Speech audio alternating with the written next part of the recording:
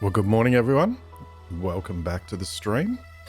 Hopefully my audio is working fine, and hope everyone's having had a good week. It's Friday here in Australia, so it's 10:09, and looking forward to the weekend ahead. Hope everyone else has had a great time. Hi, Jay Divis. Welcome, and welcome anyone else. So feel free to say hi in the chat window and make yourself known. And what are we going to do today? Well, what we're doing is we're continuing on. Hey, Glenn Stevens, how you doing? Welcome. And who else we got there? President Not Sure. Welcome back. And Asterix, welcome back. All right. So what are we going to have a look at? Well, we've been working on a Xamarin.Forms UI challenge. Specifically, what we've had a look at is this UI here. Let me just sort of bring that in a little bit closer here. So this is the UI that we've been working on. So the main thing that we did in the last stream is we got this this gauge here working. So we did that in Skier Sharp. The code for all of this, it's called DayVsNight. So it's a really, really cool UI that was done by, I'm going to pronounce his name terribly, Ionut Zamfir. Really, really nice combination of colors and layout inside of there. So we started off this last week. The GitHub repo is right here. Let me go and get that. I'm working on my Mac keyboard because it's a little bit quieter, so it's always hard to. I keep on hitting Command C, which is of course not the right key. All right, so let's have a look at where we got to with that one. So a couple of things that we did, we got an Adobe XD representation of this, so to have a look at it. So the idea is that there's kind of two themes with this UI. There's a light and a dark theme inside of there, and we've got this slider here. We've got a couple of other elements. So we got most of the basics done last time. I'll just go and spin that puppy up just so we can have a look. And we'll work out what we're going to tackle today. What I thought would be good is to actually get that theming working. All right, so here's what we have at the moment. So we've got our UI. It looks, I think it looks pretty good. We've got sort of a section down here where we can have a look at various security cameras, and we've got this section down the bottom here where presumably we can swap between rooms, but you know, who knows? The real thing that we worked on was this slider here. So this is a Skier Sharp control that we spun up.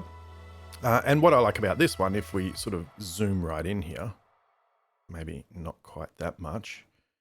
The cool thing about this is it's got this sort of gradient background. And as we move this slider, it has this little cutout section. So that's pretty cool. So feel free to have a look at the code, how we did that. A couple of things we need to change about that. We've probably got to limit it because at the moment it can sort of come out here, which doesn't kind of make sense. So we might sort of limit that so as we can just bring it to say here and here. But really what we want to do is we want to be able to swap between light and dark themes. And we'll probably just, fake this out by, if we click on the profile picture, we'll switch between those. All right. So that's the idea of what we're trying to get done today. Now, let's have a look at how we might do that. Now, I've actually got a repo that I thought I might copy some code between, actually. So I've got a little repo called where is it? Let's see if we can find a link to it here. I brought one up before. Yeah, so the theme playground. So this is something I was just playing around with, and what this allows me to do, if I go and spin up this. Oh, hi, R2AU. Welcome. Hope you're having a good Friday. I know it's Friday for you. So the idea with this one was that, let me scale this to fit here, is I was playing around with themes, right? So I can basically come in here and just change the theme. So if I wanted like a light theme, I could go for that. And that would basically go and adjust the fonts and the background image that we have in there. We can switch to a dark theme. So you notice that it changes the fonts here, changes the background image. We had a rose theme, and then we have like our base theme here. So let's have a quick look at how that was done, because I'm probably going to copy a bunch of code from that in order to do this. So the idea with this one is that we would have a variety of styles that are declared, right? So we have a dark theme, a light theme, and a rose theme, and we also had a base theme as well. So what each of these include, there's probably a few different ways that you can do this, is for each theme there would be a dictionary or a resource dictionary, and it would declare things like what the theme name was, what the background image was, and it would basically allow us to override particular colors, for example, right? So the idea is that we split the themes up. Let's have a look here. Okay, there would be literal resources. So the literal resources in the base are things like background colors, H1 color, H2 color, etc. Right, and then we could apply those. We could switch those themes, and there was a little theme switcher, theme helper that I created. And what the theme helper does is it basically comes in here and says, okay, well, given a particular theme that I want to change to, let's go and clear out the resources, and then let's go and load up a theme. So set up a new theme, and then merge that into our resource dictionary. Okay, so that's the idea. And kind of when I was doing this, it felt a little bit clunky, but it certainly works. The other thing it actually has in here as well, which is kind of interesting, is it has this dependency service here, and it has an iPlatform theme manager, because sometimes I think when you swap themes, you might also... Oh, we got a follow. Voror, thank you so much for the follow. Appreciate it. And welcome. So feel free to ask any questions as we go through. I may not have answers, but I'll try. So the idea then is, as you swap themes, you might actually want to go and do something on the platform. So I think here, for example, here we are. Here's an example. If I go between the light theme, okay, you see that we have, say, a dark carrier bar up there. In the dark theme, we don't have a carrier bar at all.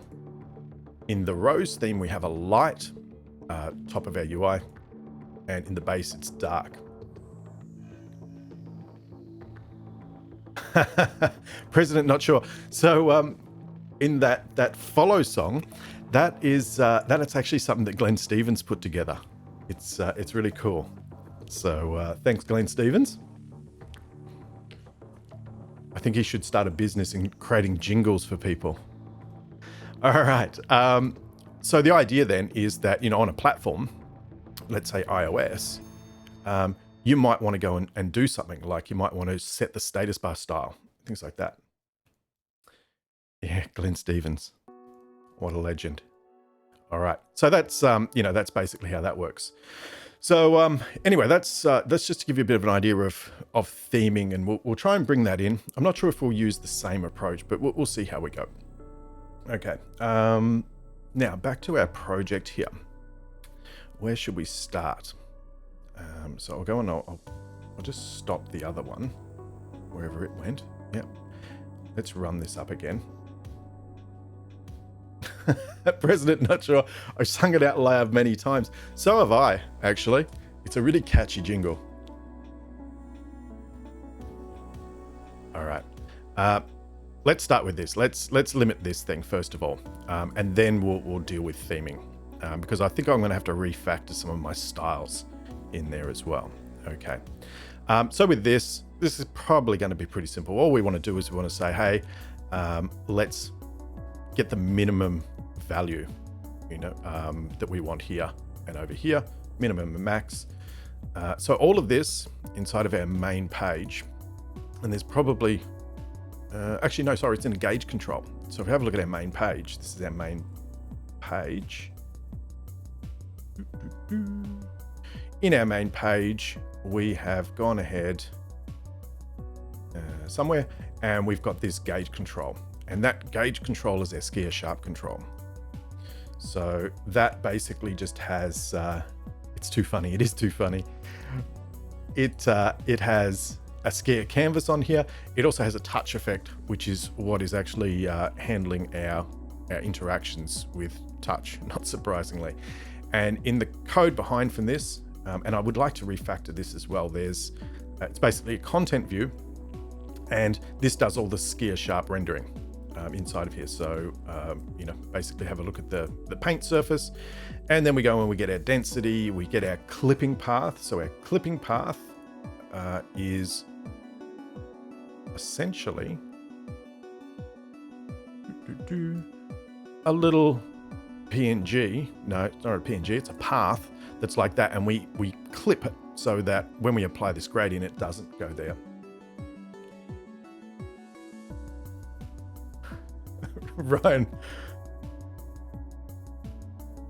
Ryan Roberts says, craziest thing happened to me yesterday, and it was cool but freaky. The basic building block concept just clicked. So it clicked for you. That's good. That's good. So thanks for joining us, Ryan. All right, so that's what that is about. The next thing that we have is we go ahead and we work out from a percent on that slider where it's going to be. Okay. Now, all I think we really want to do here is pretty much just sort of provide a clamping function. RTOU says, it's happening, you're starting to read the Matrix.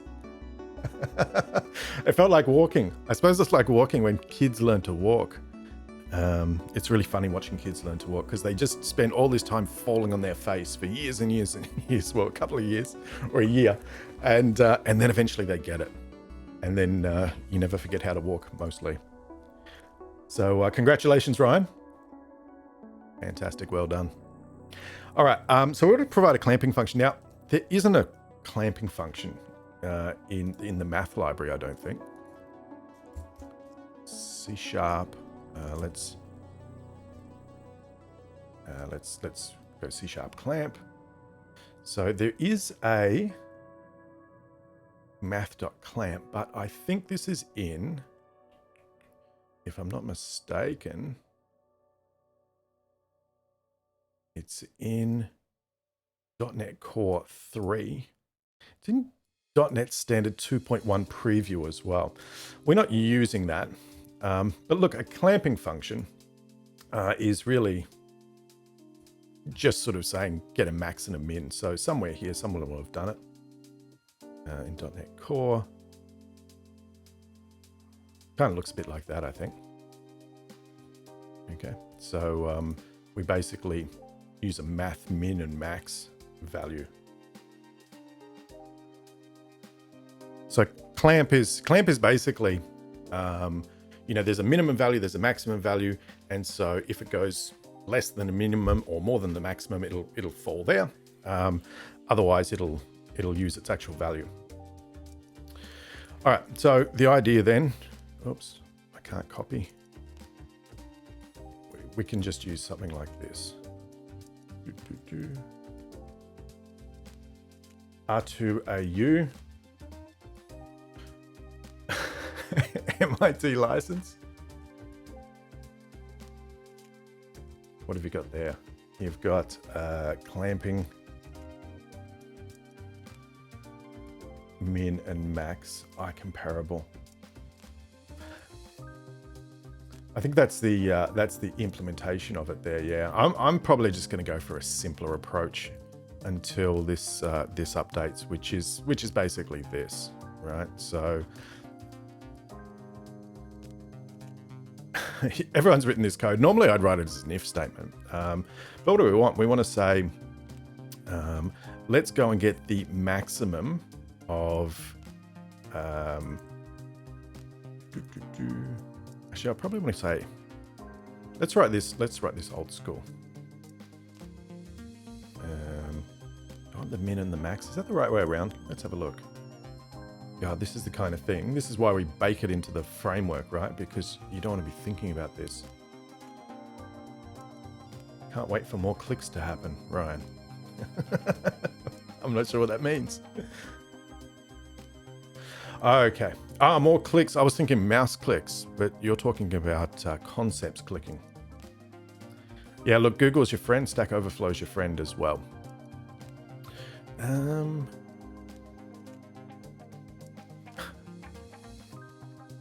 Okay, so this would be basically saying, hey, I want to clamp it between particular values. So I would say, let's get the maximum of xpos, which is our position, which is worked out for our percentage, and basically the amount that we want to take this in by. So let's say we wanted to bring it in by the minimum value.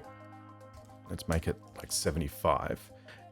So that will give us the max of those. So it's always going to be at least 75, but then we want to clamp it to the other end as well. So we say, okay, well, let's go and clamp it to, and in our case, we want to say info.width, which is the width of our control, say minus 75. Okay. And I think that will probably work for us.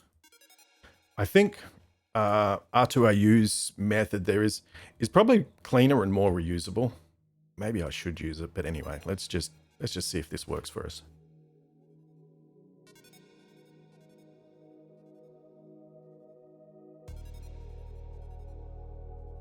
It's still spinning up. Here we go.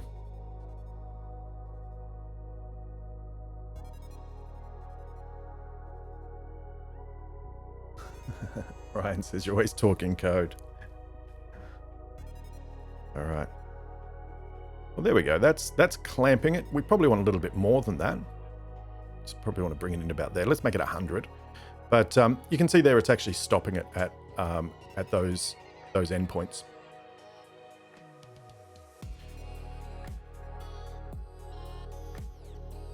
Yeah, I think what R2AU provided there was probably a better way of doing it, but this is more readable. And I think with code, it's kind of important to make it readable. But this is, very specific to what we're doing there, whereas R2AU's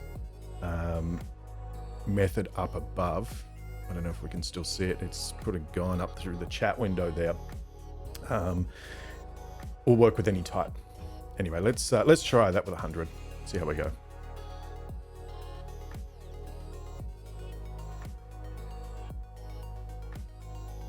And by the way, I'm all keen for people as well to comment on better ways of doing things, because I'm no SkiaSharp expert.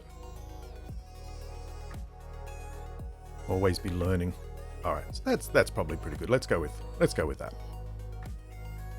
Here we go. So we fixed that one. Okay, so let's have a look at theming then, hey? So theming, and let's go back to our image here. Actually, I'll come back to this Adobe XD one and see what we're going to have. So with the theming, what's changing here? Obviously, the colors of the fonts are changing. The styles themselves don't appear to be changing. All the same, but we've got different colors on our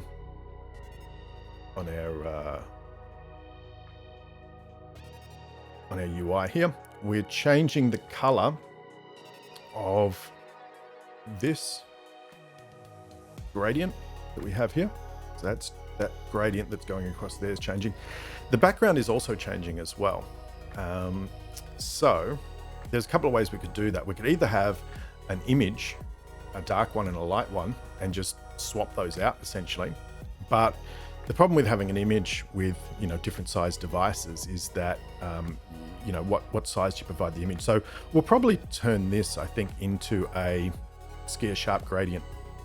It'll make it a little bit easier. Cricket? What's that? Ryan asked, is cricket or soccer more famous in Australia? Yeah, cricket. Definitely cricket. Yeah. Football, as it's known. But here, when we talk about football, we normally refer to AFL or Australian Football League, or I don't know. What's the rugby one? NRL, I suppose. I don't know. But yeah, cricket's pretty popular. I don't like it myself, but there you go. All right, so let's try this out. I'm just trying to think about how we do it. Let's do the fonts first of all. That might be easiest. Sports ball. That's what we call it. That's exactly. Well, that's what us nerds call it. Or sportsy. Nice. Okay, let's have a look here. So first of all, I might add a themes directory. I'm going to kind of bungle my way through this, but I'll create a themes directory. In our app.xaml, at the moment, we've got our colors set up here. All right, so these colors are, of course, telling us, what colors particular fonts and things are. In fact, it's not really actually, because I've got them hard coded in here. So what I should be doing is I should be referencing these. So let's start there actually. Now, if I'm going to be changing colors, I want to make this a dynamic resource. So let's say dynamic resource, and I think this was header color. Okay. And then we've got this one here. What's that for? Our subtext. In fact, I think we don't have that color in there, so let's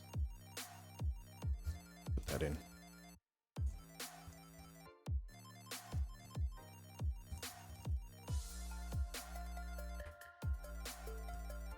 Okay, it's a slightly different color. So we'll say this one here is going to be a dynamic resource.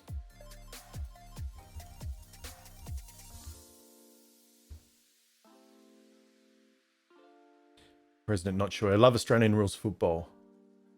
They used to show it on some of an ESPN.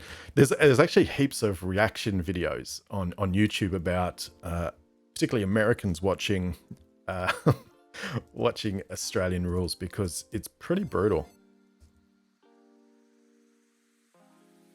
It's nowhere near as brutal as it was when I was a kid. When I was a kid, there used to be punch-ups every single game. Okay, what are we doing now? We want this one here, so our header color. So for our subheader, that's interesting. It's dynamic resource. I feel like that should be anyway. This one looks like it might be white, but we'll actually create that as a color resource. So let's say dynamic resource.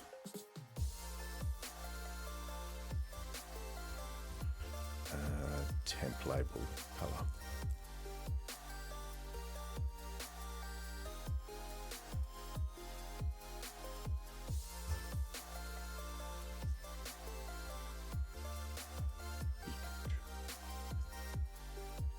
And that was white, wasn't it?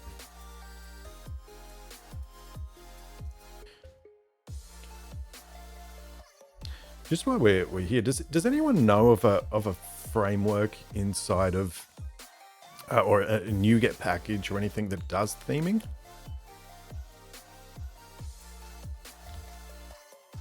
I feel like there isn't. And there might be a need for it. All right, so that's going to be temp label color, and this is tab subcolor text. All right, cool. So I'm just going to run this again just to see whether our colors work.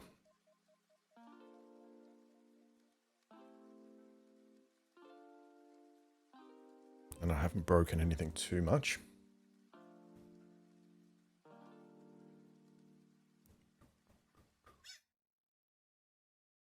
Here we go. Yep, okay, that kind of looks pretty much like what we're after. We're good. Okay, there's probably a couple of, actually I don't think it changes color. Yeah, these all sort of stay the same, so we don't need to do that. Okay, so now we're using all of these colors with dynamic resources. So now the next trick is, what we have to do is we have to change what's in the resource dictionary for these values.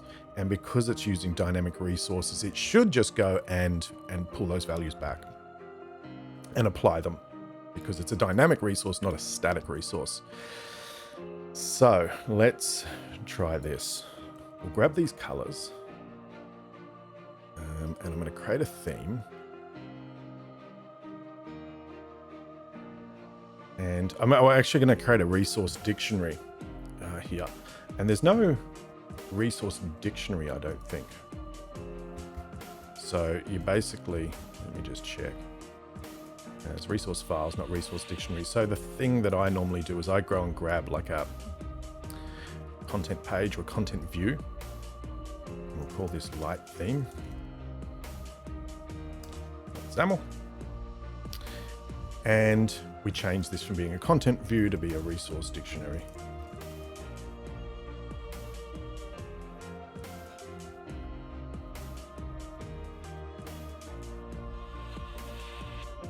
So R2AU says, so is it that you have bound element colors, etc., to the dynamic resources, and when modifying the resources, then they change automatically? Yeah, exactly. So for example, up here, we've got these colors, we've got these styles, which are dynamically referring to those colors that we have up the top up there. And so it means that this text color, if I change that resource value up there, it'll actually go and just automatically grab that. And with these styles here, we're using those styles in our page. So we can see that, where are we? So we're basically using those styles, which then have dynamic styles inside of them. So yeah, that's the idea. So what I'm going to do is I'm just going to clean this puppy up. All right, and let's go and get our code behind, because that's not going to work anymore because it still thinks it's a content view, but it's not. It's now a resource dictionary. Oh, I'm running. Hang on.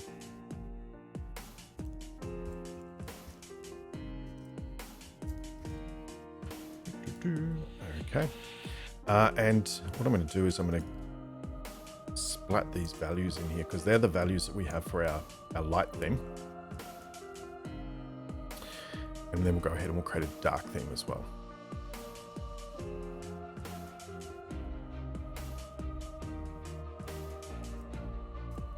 Here we are. It's attempting a reconnect. Reconnection successful. God. Australian internet. R2AU, who is in Australia. Hate mine too, which is why I thought it was me. No, it was me. I could see it on my little OBS output here. It said it was dropping frames and then it reconnected. And you know what's really annoying about that is that, you know, I obviously spoke to my ISP, and one of the things I can see in my Twitch logs is I can see exactly when things disconnect, right? Like, for example, let me bring this up for you. Actually, no, it's going to be too painful. But I can see, from Twitch, I got this log of exactly when my internet drops out. And I talked to my ISP and I said, hey, look, my internet's dropping out occasionally for about 10 or 15 seconds, and it's intermittent. Can you go and fix it? And they won't do it unless I do a 24-hour test with just my computer connected, no internal networking. And it's really hard to be disconnected from the internet for 24 hours. So anyway, they're not being very helpful. All right, let's have a look. Let me do a quick build here. Build succeeded. I don't know why that's squiggly. I think it's just IntelliSense catching up. I've noticed the IntelliSense is a little bit slower in Visual Studio 2019. Not sure why that is. Anyway, cool. So we're going to have two themes here. And then I'm going to go in CAD and I'm going to create a class called Theme Helper. And of course, when you create a class called something helper, you just know that it's probably bad design pattern. But I'm going to go and have a look at this theme helper that we have here from this other project. And there's probably a lot that I can do to improve this as well. But at the moment, I'm just gonna copy this. and then we'll walk through what it does.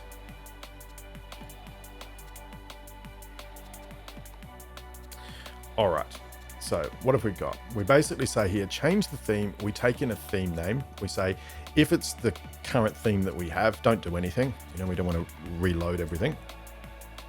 This will be using Xamarin.Forms. Now, this is the challenge that I had. I was using merged dictionaries in that previous project, which I'm not doing in this one. So we may not even have to do this, but the idea is that we go and get our merged dictionaries, we clear those out, we clear the resources, we go and then say, okay, let's load up a new theme. So we say, hey, let's go and create a light theme or a dark theme. In this case here, I'm not going to do this. Now, what I would like to do is we'll see how this goes, but eventually what I want to do is I want to generalize this. So as you would like register a theme, and then you could just switch to it. Much better than this string-based approach that I have. But anyway, let's go with this for a start. I'm not going to do any platform stuff, so I'm going to get rid of this. Right. But the idea is that what we do is we come through here and we say, okay, well, let's go and run through our new themes merge dictionaries. Let's add those in. And then we basically go and copy the values across for particular resources. Right. So we just sort of, what it would do is basically take these values and then apply them to the application XAML. So that's the idea. Now, let's have a look at whether this works for us, because there's a pretty good chance it won't. So I'll go to my main page and we'll just hook this into the profile picture, which is here. So I'll call this, give this a name, profile picture, profile image, and then we'll just add a tap gesture recognizer onto that.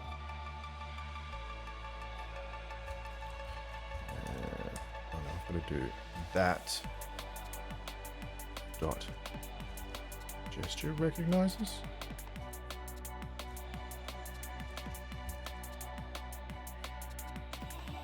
that right? No. What are you doing here?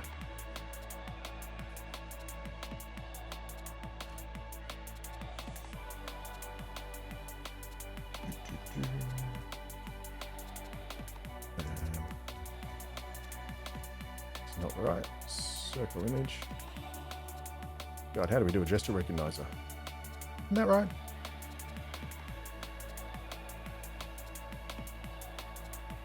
Where's my IntelliSense? Oh, I've changed this name up here. That's why. Right, there we go. Gesture recognizers. And so we'll say, hey, I want to tap gesture recognizer on this. And when we tap on this, now we haven't got any models or view models.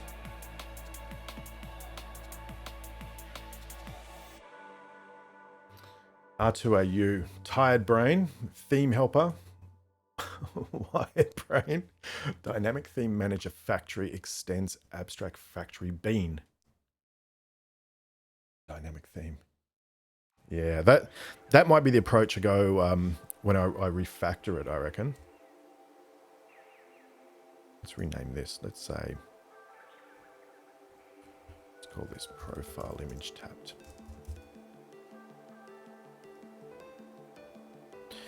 I think R2AU, you're spot on with that sort of implementation. I think I'm going to be lazy at the moment though, and just get it working, and then think about how to improve it. I'm terrible at writing generic code.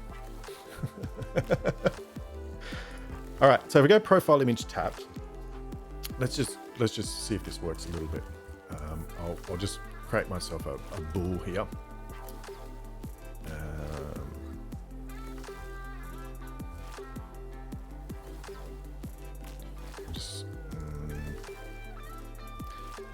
Let's do this. This is terrible code, by the way. So I'll just say theme name, and we're just going to say light. Start off with light, and then we'll say if this is such terrible code. If theme name equals light, Let's go and set our theme name equal to dark. I think that's what I called them. Else name equals light. Improve. R2AU. Yes, improve. Okay. So we just basically go and toggle that. And then let's just see if we can say theme helper.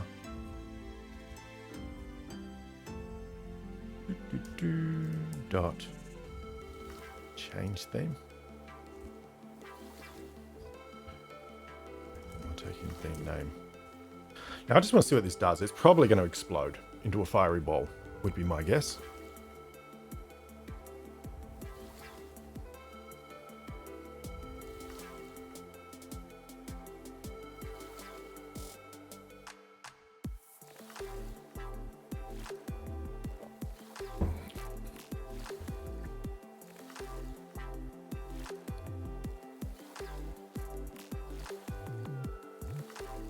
Okay, it didn't explode. It also didn't do anything.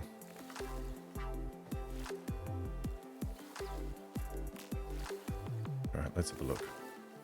Are we even calling into this? Yep, okay, so we're coming in here, we're saying dark.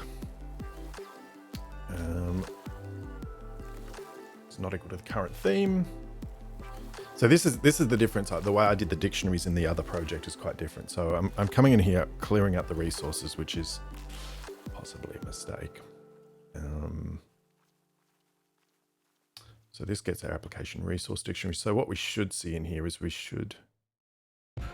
Ooh.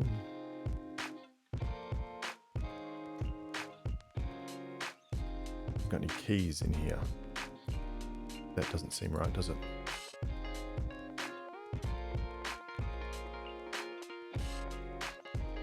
So we're definitely loading the theme.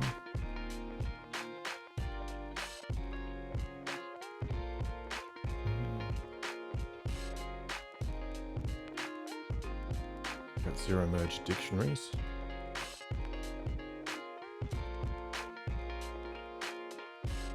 So that's not going to work. It's basically going to come through and it's going to do nothing. Why isn't it getting the values?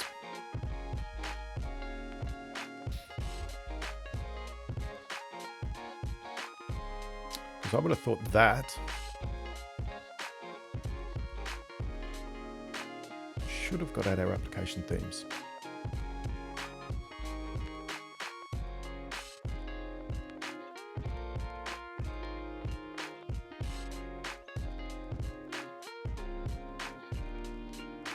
DayVsNight. We could probably even just drill down here and have a look. Oh, Visual Studio, what are you doing?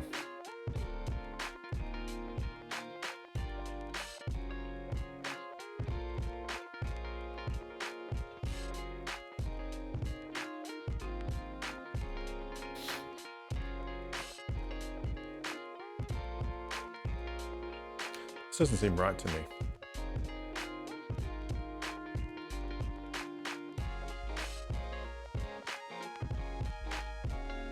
Because it's basically saying we got nothing, which isn't true.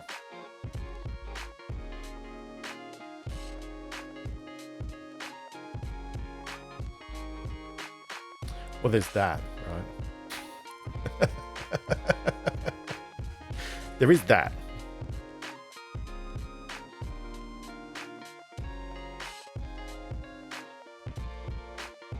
Let's do this. We're not using merge dictionary, so I'm just going to hack around in some of this code here.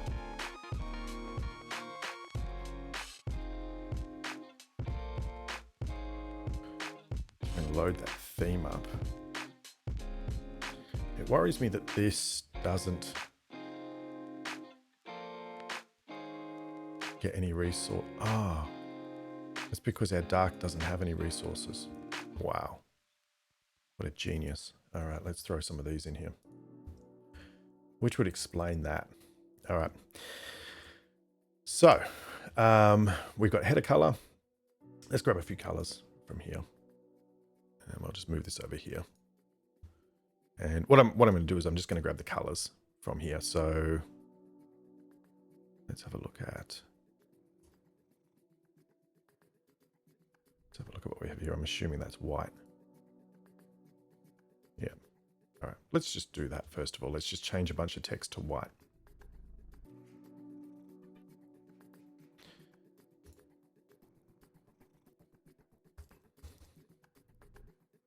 Arrow color, border color.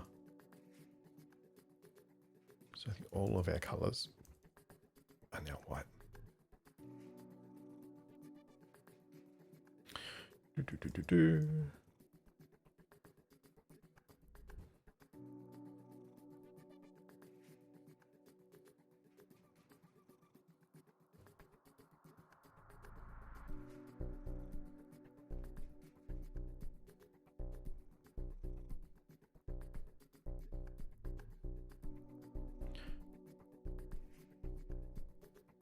Okay, so we say, hey, let's go change the theme.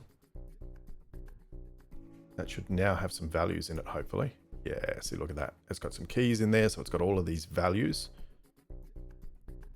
And inside of those values, we would have some values. A new theme has some values inside of there, so it has the keys for these various colors. Beautiful. We don't have any. We currently copy those across. Hey, look, there we are. And it did it, right? So now, as we tap on this, we're changing the theme in a terrible way between light and dark. I'll just get rid of some of these breakpoints just to show you. So as I attach that, it's changing the colors of things, right? And again, all it's doing is actually just replacing the values inside of the resource dictionary. Because they're dynamic resources, they just automatically go and update themselves. Cool. Now, that's cool. That does most of this. It doesn't do these ones down the bottom. Why is that? We'll solve that problem first. What should it be doing? Actually, no, you know what? It should be doing that. They're basically the same colors.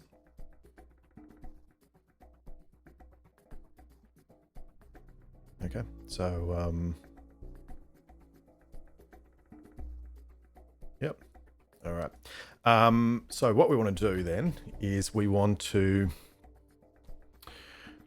let's have a look at this background. So this background, at the moment, we're getting this from an image. So let's change that so that we draw that as a gradient in Skia. And that will give us that big change here. All right.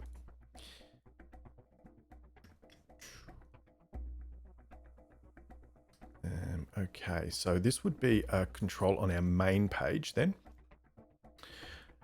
What we want to use is we want to have the Skia Sharp library in here. What have we got? Skia Forms. Cool. And here where we've got this background image, let's not do that. Let's create ourselves a Skia canvas. Canvas view, we'll give it a name, background gradient. We have our paint surface, so that's how painting is done. So we'll add a method in for that.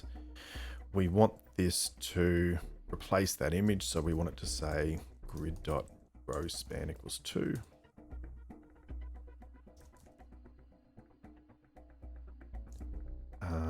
Now I think we're best to say here as well, let's set the horizontal options to be fill and the vertical options to be fill, just so it fills up the entire page.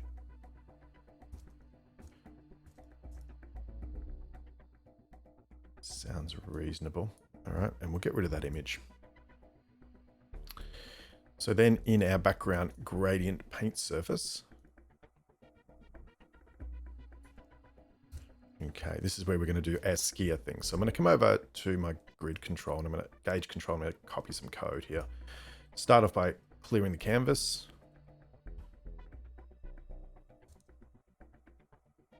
And then I'm going to want to build myself a rectangle that I'm going to draw into. So come over here. We don't care about the density. We don't care about the clipping path, any of that sort of craziness. We kind of want this code here. I'm just going to steal this and we'll improve it as we go through. So we're going to have a background brush.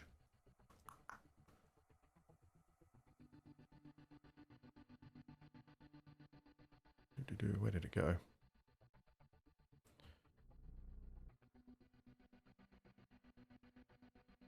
Here's our background brush.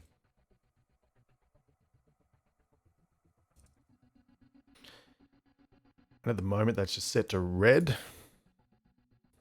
Allows us to see it. But what we're going to do is we're going to say, hey, let's go and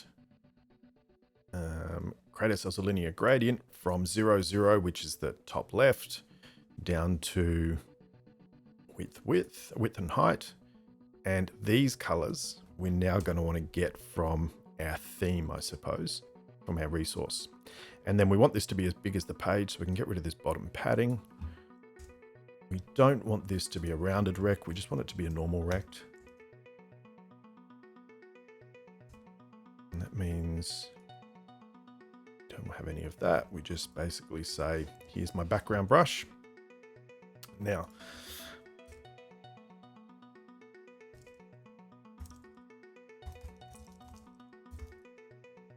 I wonder if there's a way we could do that. Anyway, let's just, again, just get it working and then we can improve it later on. So I should just be able to say, if I go to application.current.resources, because I don't think I'm going to be able to bind this.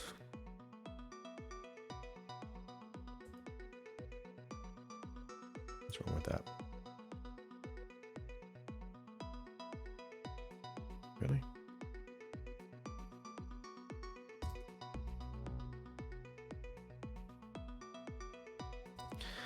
And what I'm going to have to do is I'm going to have to add some values in here for the light and the dark.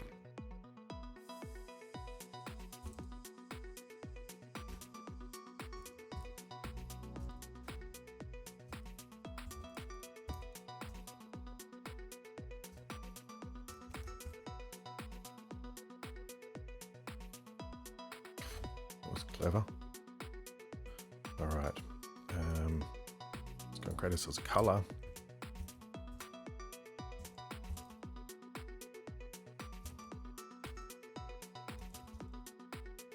Nice big long name. It's going to background start. We're going to have a background gradient end color.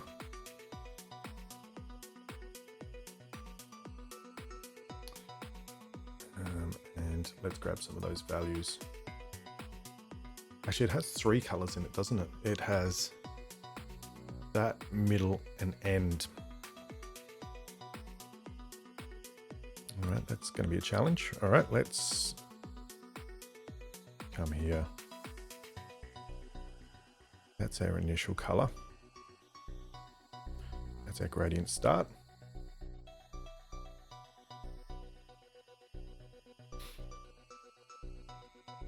I mean, what we could do,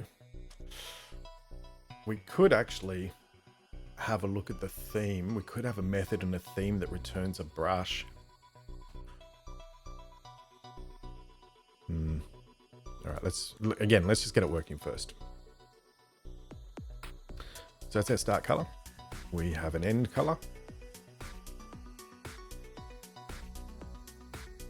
which is going to be, it's actually kind of like this color here.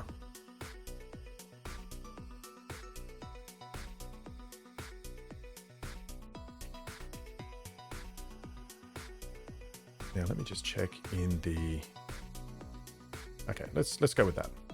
Go with that and that.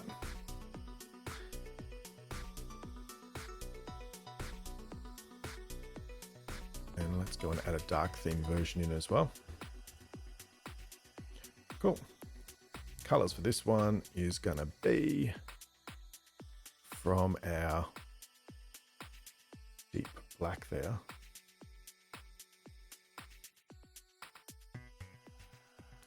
blue, I should say.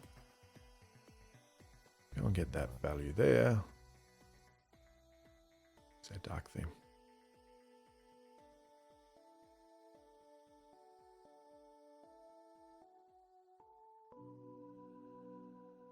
Okay, through to...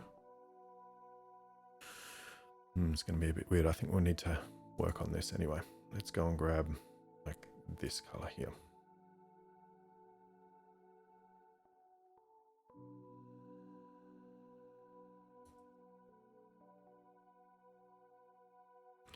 So theoretically, what I should be able to do is I should be able to look up the application theme and see what those colors are, and then render those puppies out.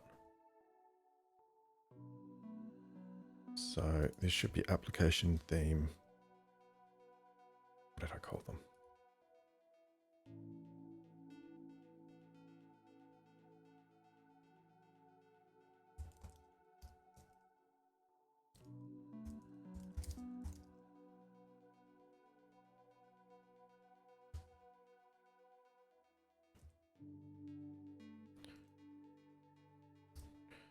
I have to cast that to a color.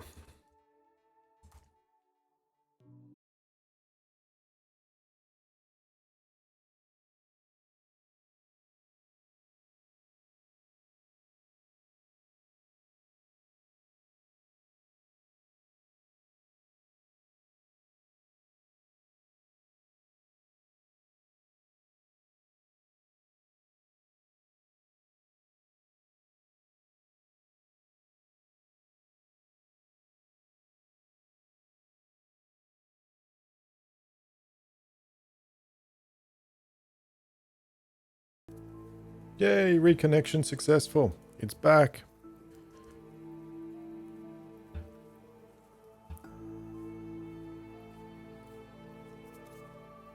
We're back. I want to show you this actually. Hang on a second.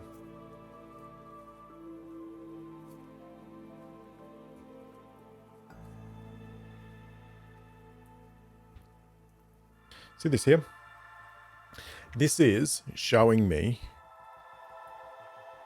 the connections, right? So I can see here, this is part of the Twitch dashboard, right?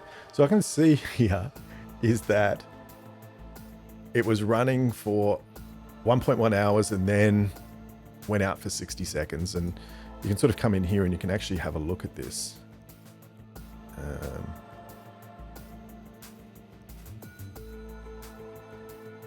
Right, so you can see this here, and you can see my internet cax at these two red points are where it drops, right? So it's actually really, really cool. And when I was, not the downtime, but it's a cool way of checking whether your internet is unstable, right? And I called my ISP, and I'm like, I can tell you at 11:01, for example, it went down for 40 seconds, and then here it went down, and they're like, sorry, we can't trust you. You've got to run this test. So anyway, my apologies for my crappy internet. Anyway, normally it does it a couple of times and then it's all good. Anyway, my apologies. All right, what am I doing? I'm getting the gradient start. So I'm basically saying, hey, let's go and get this application resource, casting it as color. So we'll say, make that an SK color. Okay, we'll do the same thing for our end color as well. Refresh my dashboard here so I can see that I'm live. All right, so we'll say gradient end color out here. And then maybe what I can do is I can say throw these here instead. So I can say, let's do it from a gradient start color to a gradient end. And theoretically, that should change my color. Let's see what happens.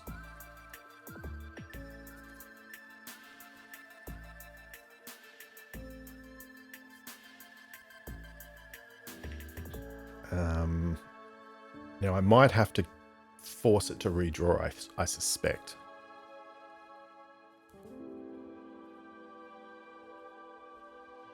Or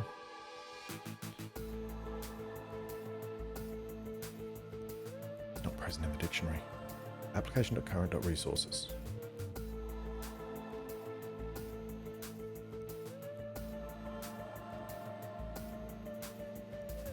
Come on, Visual Studio.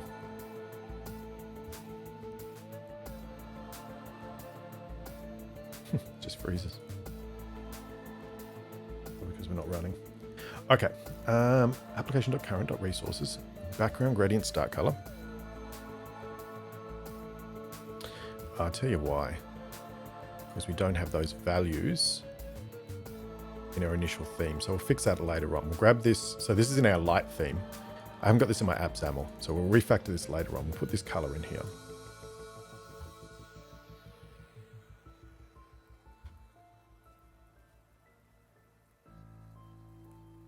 And we'll see what happens.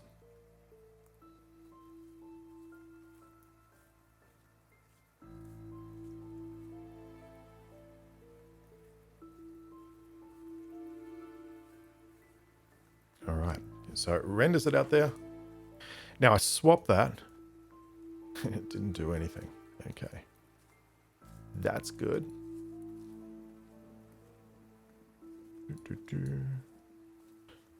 Which implies to me that it's not getting the dark theme background colors. Background gradient start, background gradient end.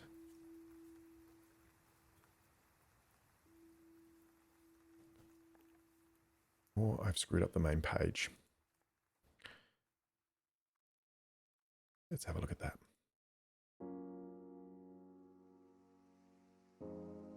Okay.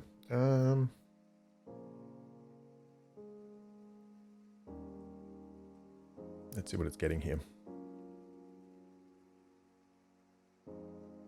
I see what's happening. So it's doing that, right? And we're swapping that, but we're not changing that. And when I do this, it doesn't change that. That's this control. So I actually need to tell it, hey, go and update the themes change. So maybe we should have something in the,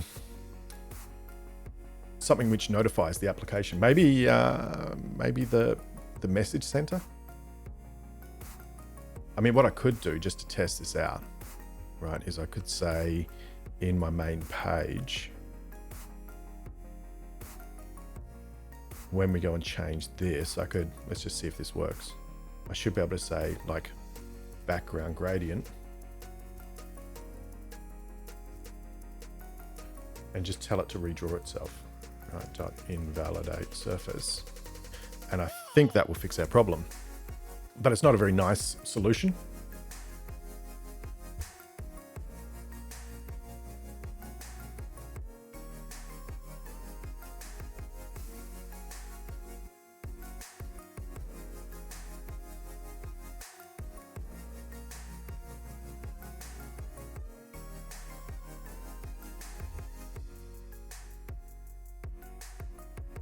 Let's have a look. Yeah, there we go. Right, so that's changing it up for us. That's beautiful. Okay, but perhaps what we really want to do is we want to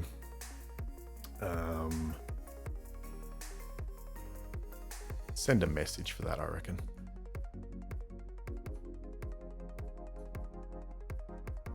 All right. So let's use the messaging center. Everyone's favorite thing to hate on.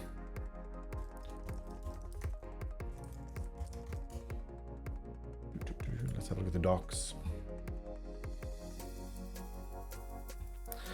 Okay, publish or subscribe using the messaging center. Okay, so we can basically go and subscribe, and we can say, hey, let's see when a particular message has happened and do something in response. So in our case, we want to invalidate the surface. And then if we want to send it from somewhere, we can say, hey, let's go and send it, right? Now, and then we subscribe and unsubscribe. Now, the challenge with this one is that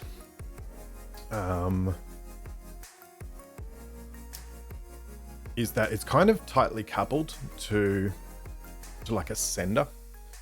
I know that Matthew Sukup, that's Sukup, messaging center, had a good way of working with the messaging center, which I quite like. which is where he, in this article here, where he talks about the fact that, you know, when we do this subscribe, we kind of end up like having it tied to, you know, like a particular object, right? But you might not want that. So his suggestion, which is quite cool, is you actually just create a little proxy class for the messaging center to say, hey, I'm going to send a particular message. So what I could do, and I think this is the way he suggests doing it, which is kind of cool. I could just create myself a class.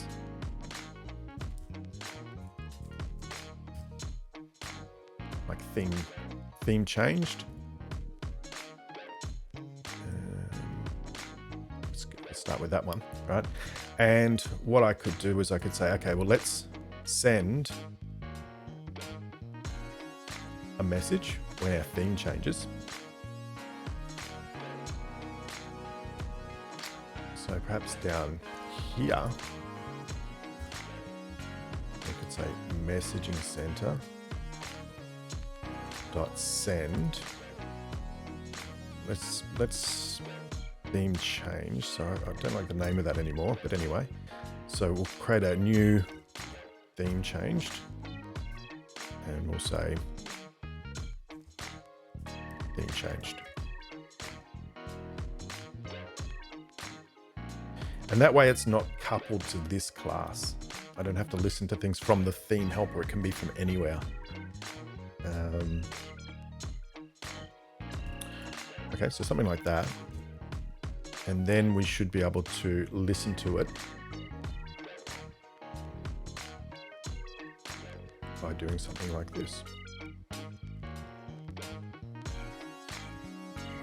So now we can decouple that button from it. Now, also important with the messaging center is to make sure that if you register, you unregister as well. So find yourself some nice methods here. So override on appearing. Override on disappearing. And we'll say something like this. We'll say messaging center. Let's go and subscribe to theme changed. And the subscriber is going to be this, I guess.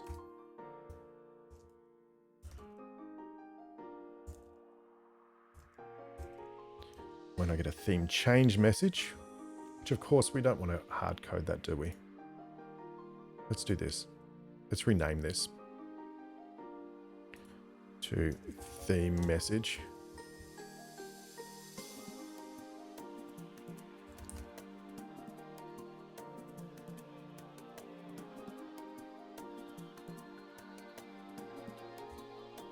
Theme message. And let's just put this in here public.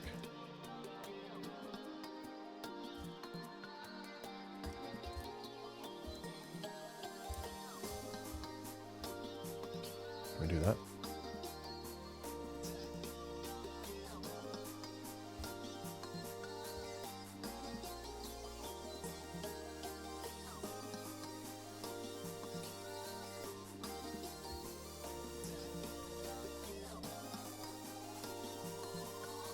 And then from our theme manager,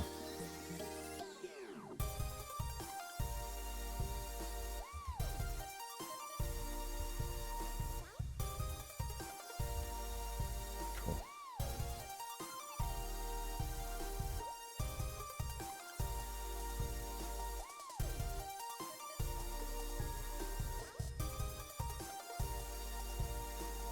And we basically say, hey, when we go and get that, when our theme's changed, let's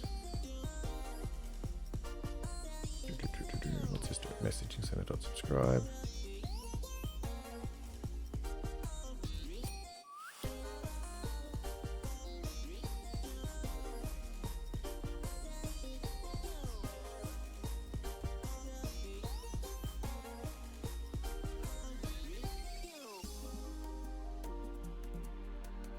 Is it going to work for us? I think that'll work for us.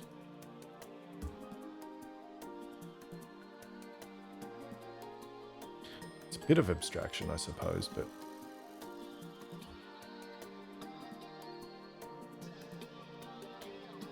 and let's do that. And then on our disappearing,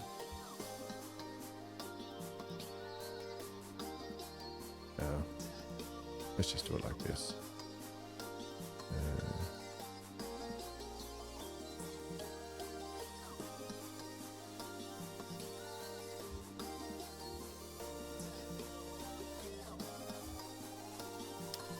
What are we trying to do? We're trying to unsubscribe. Messaging center. Unsubscribe from 3 messages.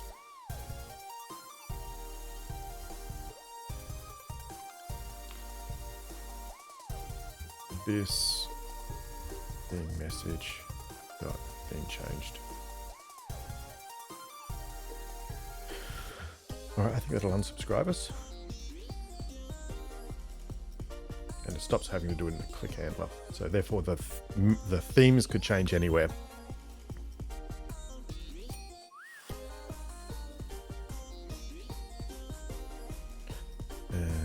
Oh God, okay.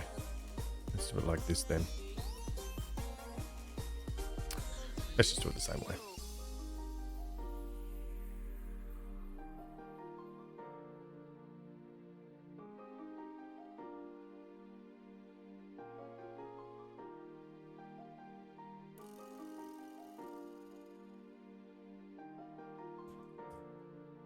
Is it going to fix it for me? Really? Okay. We don't want that to be called LM. Let's call it theme message. What am I doing with my life?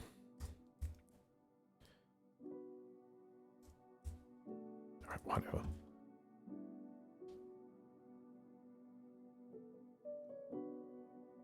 And let's see if that works.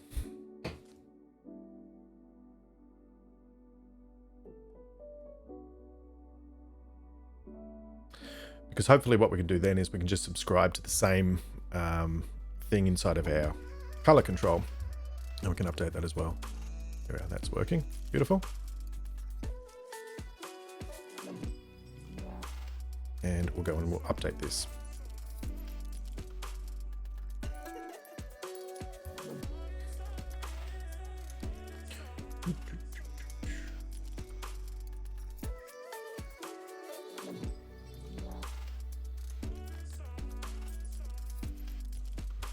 Let's just go and copy that same code here.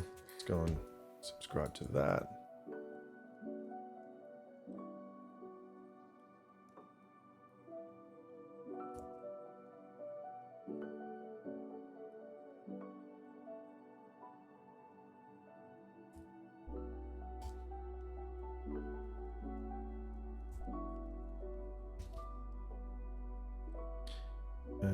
And then this, we want to say, what's it called? Temp gauge.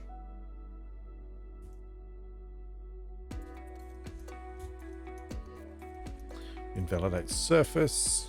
And it's going to have to go and get the colors. So let's work out what those colors are. Did we do that already? No.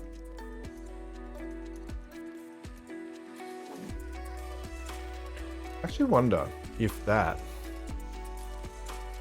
is actually going, no, it'll have to be different colors. I was wondering whether it was actually doing this from a blue to a red, or whether it's actually going from a slightly transparent color. But it's not. All right, cool. So let's have a look. Let's see what our light one would be. It would be going from this color, which is there.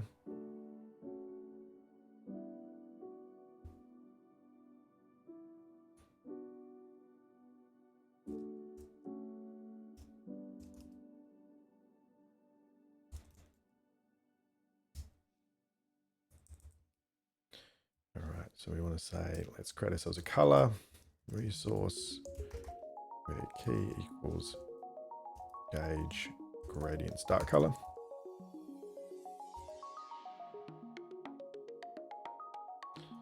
And of course, a gradient end color.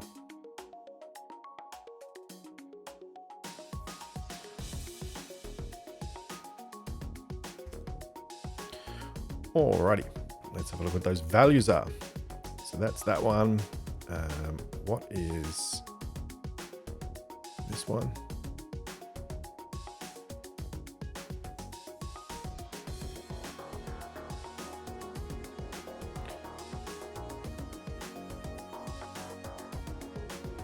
Okay, let's go and add these values into our other theme.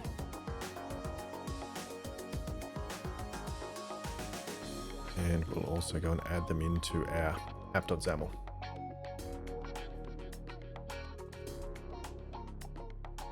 Really?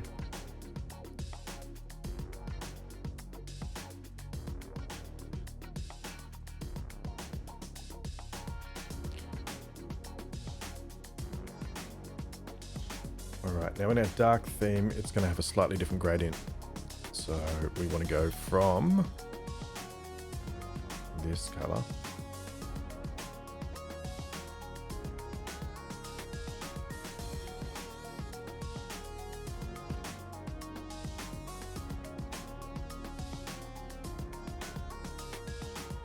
I think the end color is the same actually.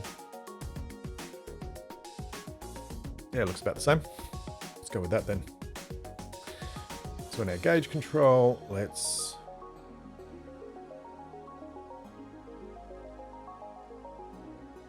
that background gradient for our gauge. So let's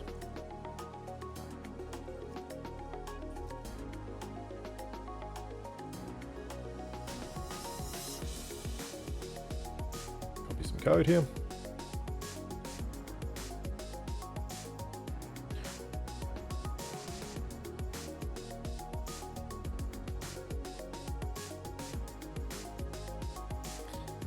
So this is now called gauge gradient start. Gauge gradient end. And we'll then use the gradient start and the gradient end.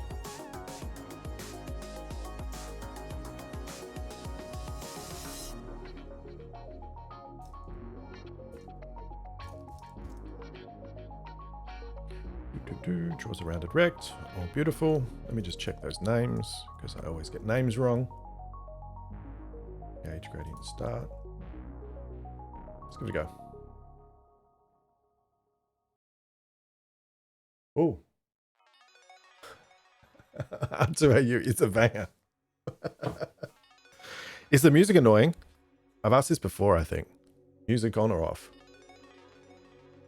How can we get now playing on that last one?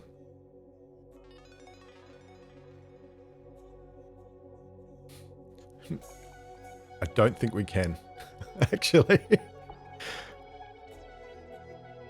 I don't think Pretzel gives us a way of going back to the previous track. Maybe I should start outputting it.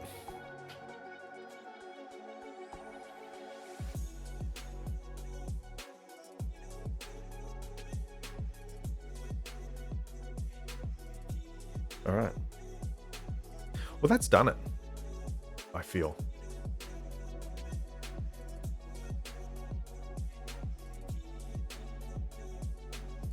We now change this gradient. Shazam it later. Yeah, good idea. Yeah, it's definitely doing it. Right, so let's change it. Beautiful. We got that going the right place. Beautiful. Let's have a look at how it compares to what we're trying to achieve. Because I think there's some more work we need to do in the background. We need to add those mountains in.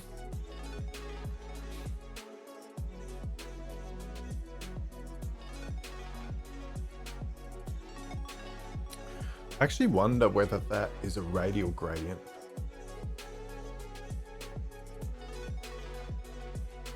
At a particular point. You know what I reckon that is? Let's have a look.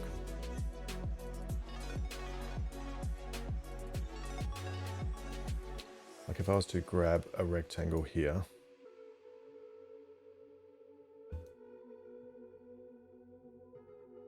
get rid of our border, get a fill, make this a linear fill from, yeah, where's my little picker? Oh, damn you. Really? Alright, let's do this then.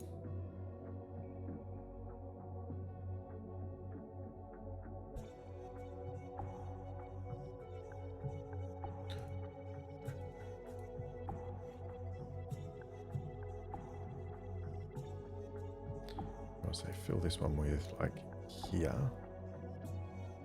If I get this gradient,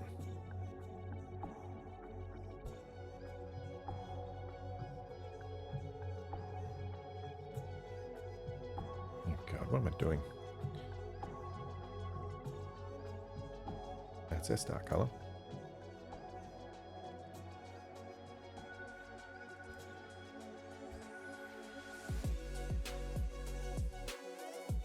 That's our end color.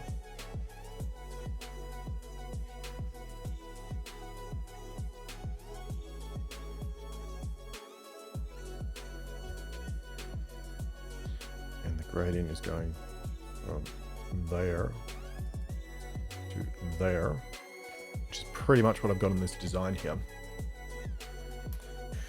If we actually look at the thing we're trying to copy, it's actually got a radial gradient, I think, in terms of like if I get this color,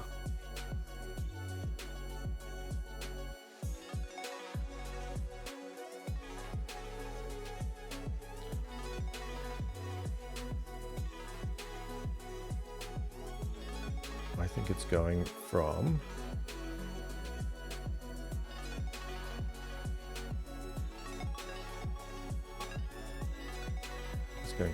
that color. This would be my guess. And then this color is here.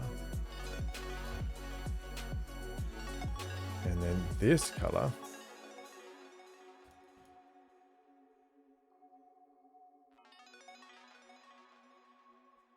and this is where UI work sucks, because you could spend a year on this.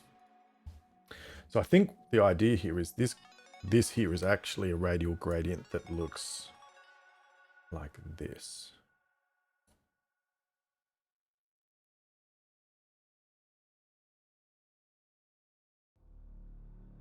How's that? Yeah, that would be my guess.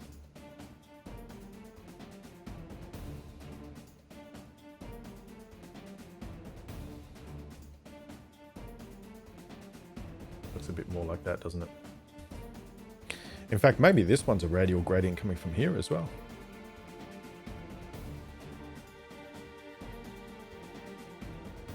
All right. I wonder how we'll go doing a radial gradient. Let's try that.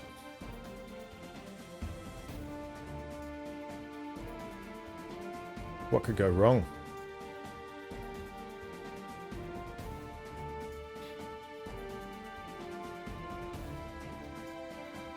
A gauge is fine, I think. A gauge is fine. It's swapping fine.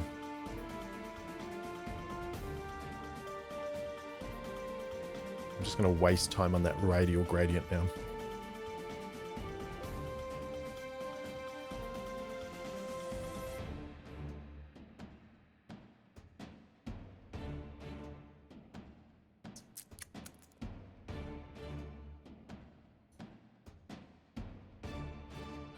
Let's see what we have.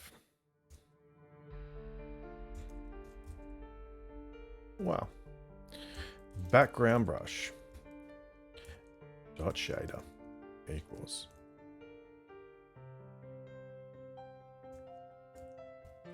I'm hoping there's a create radial. Yes. Create radial gradient. Yeah, this is going to be a little bit more interesting, isn't it?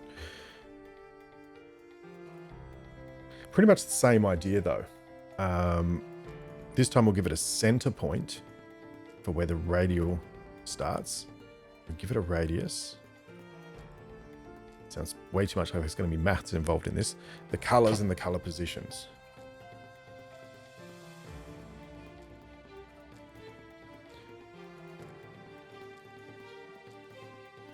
All right. So we need a SK point. Now our gradient starts at 0. And it's down about 80% of the way. So if we said info.height, info.height times 0.8.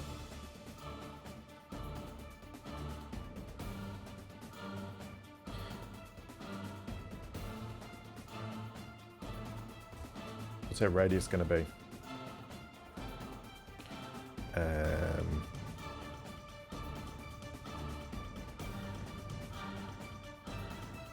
Let's start it out with the width.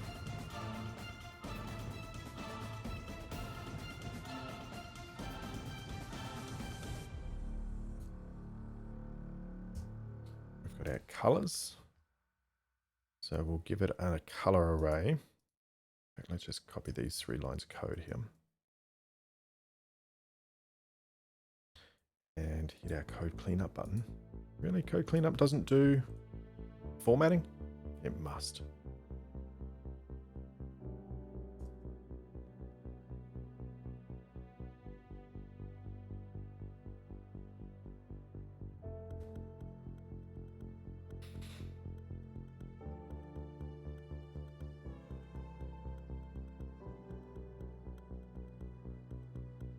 Nope.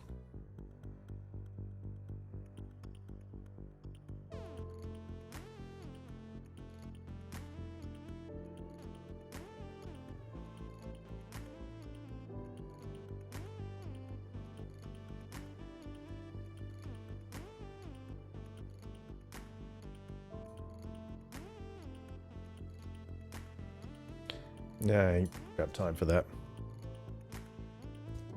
All right, let's do this.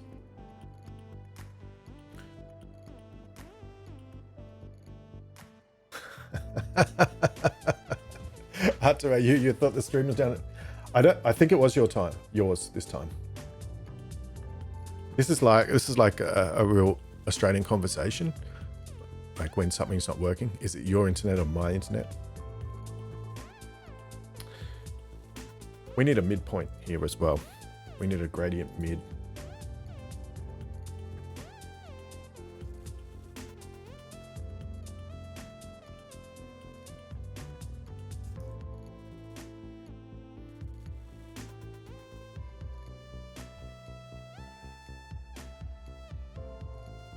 So let's go and throw those in.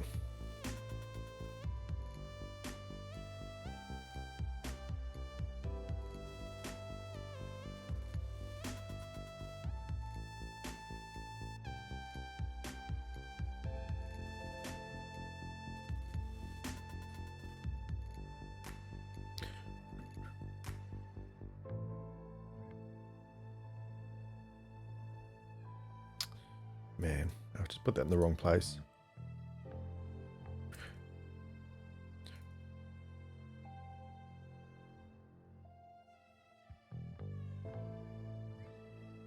All right, let's have a look at these values here. Right, so for the dark theme, we're going from here.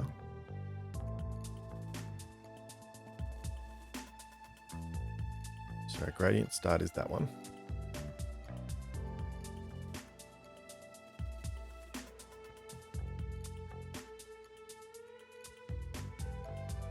Let's copy a midpoint here.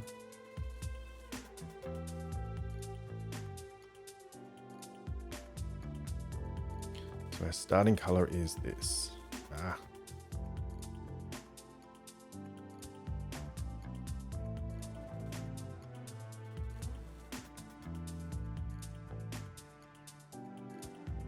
Starting color is that. We're going via this one. which has this value. It's our mid color.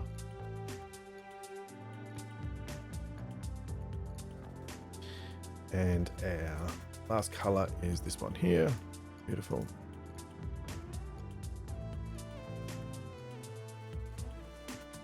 Okay, cool. And let's have a look at our light one.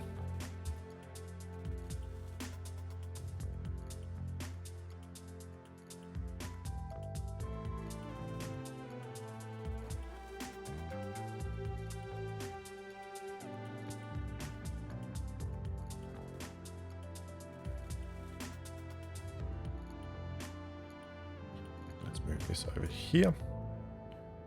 All right.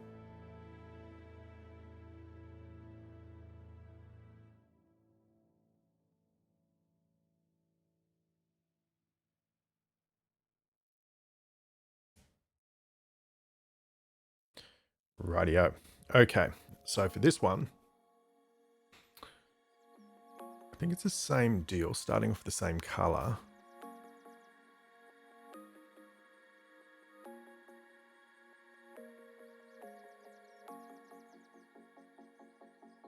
And it's coming up to this one. All right, so let's put these in the right order.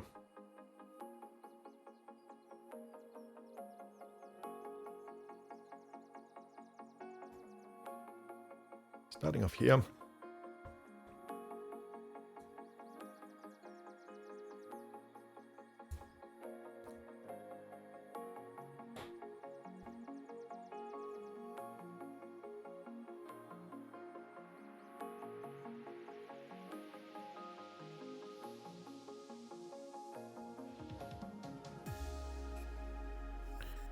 And then going to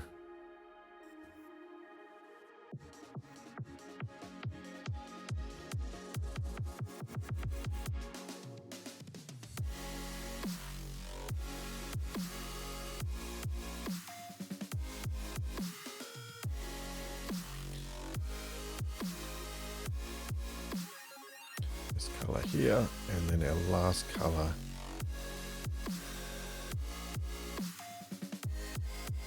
is that one.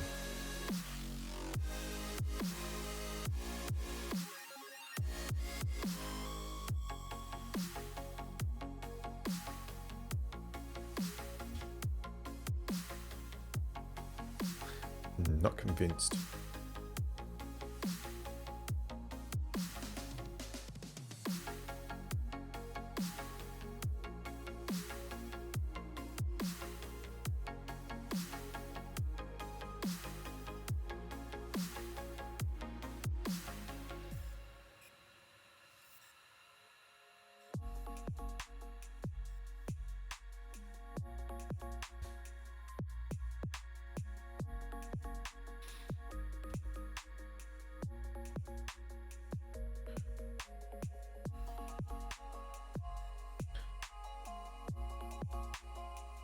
That's why you need a graphic designer to tell you what you actually want to do.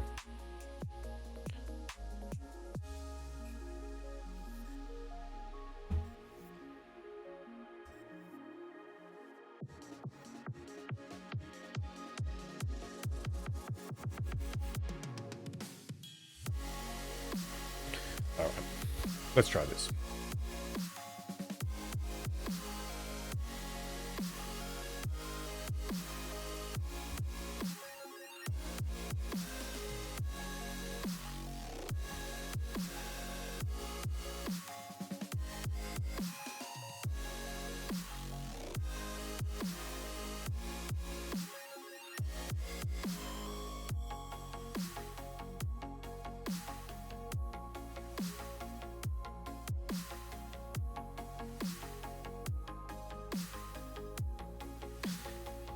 Grab that one.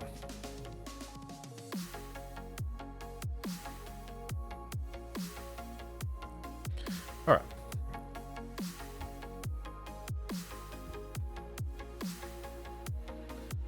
And let's go back to our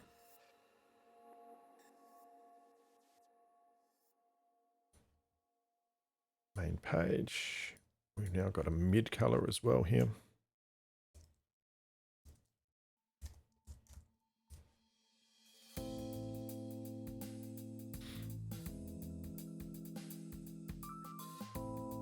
And we'll say, for the sake of argument, we'll say this is going to be 0.5 to begin with.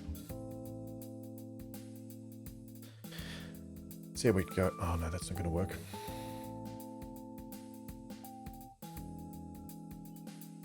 Because we need to go and grab those light thin colors at the moment and add those into our app, XAML.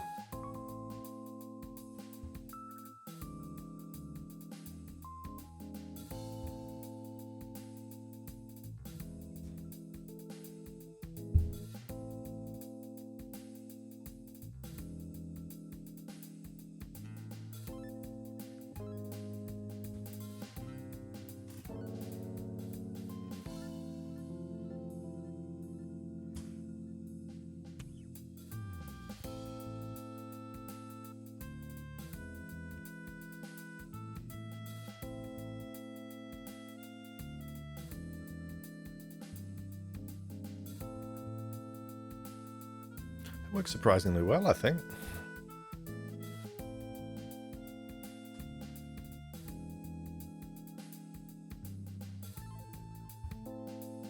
Not too bad. So that's what we're trying to get. I think the radius could be a little bit higher.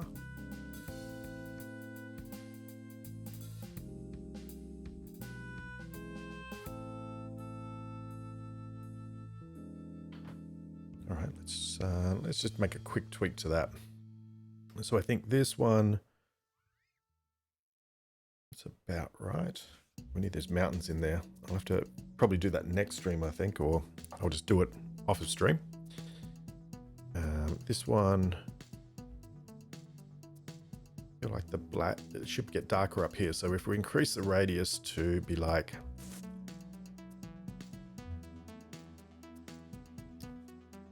a bit over half the height.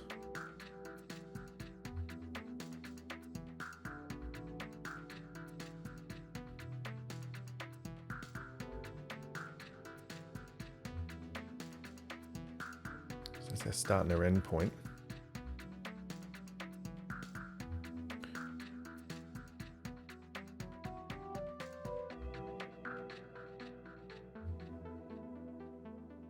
Actually, no, we just changed this to be like 0.8, for example. Some nice hard-coded values. I think that will therefore mean it will have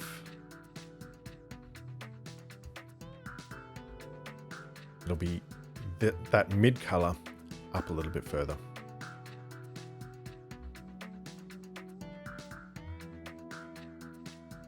Oh, nope. Fail. Okay.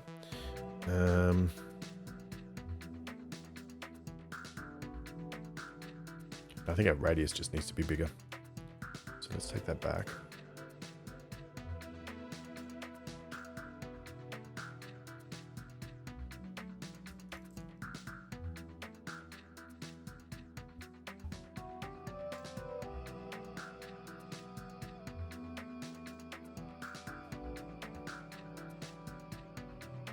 Let's try that out.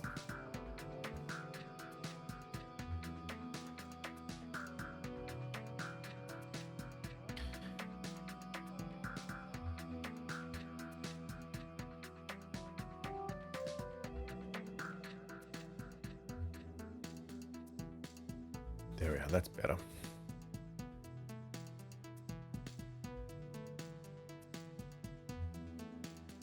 Reduce a bit of the height out of that. Getting pretty close, I'd suggest. Once we throw those mountains in, it'll be just about right.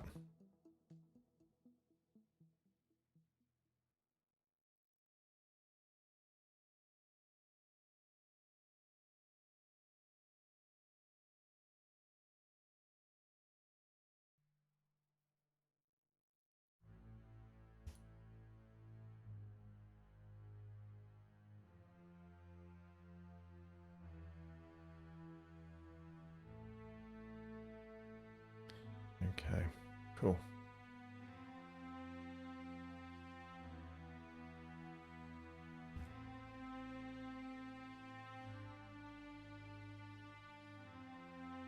What was I going to bring in? I was going to bring the security up a little bit.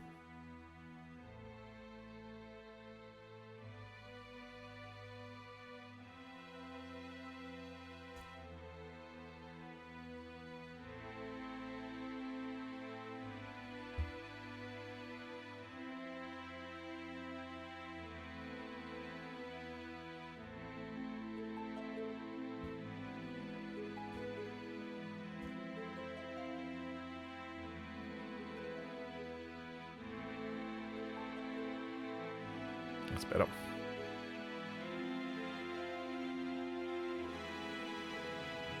Alrighty.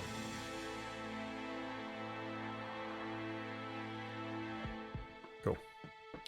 Let's go with that one. Now, I wonder in Skier Sharp, is there a way of recoloring an image? I'm sure there is.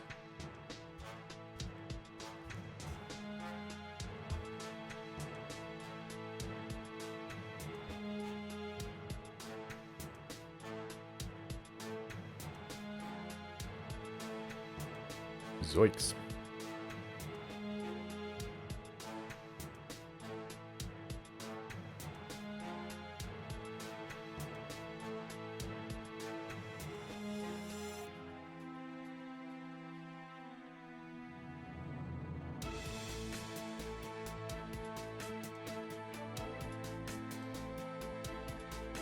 Okay.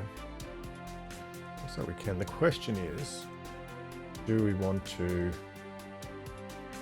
I'm just not sure we're going to get just having one image and then just recoloring it is going to work.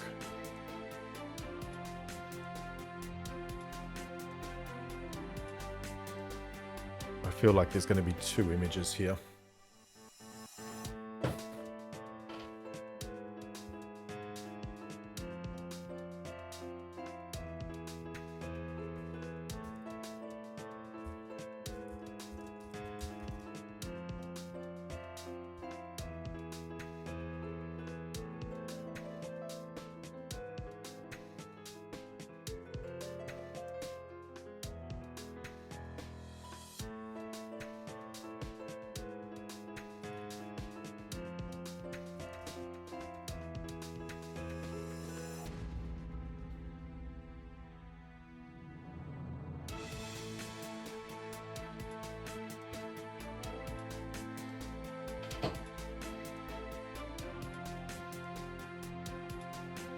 Let's do this. Let's go and grab an image.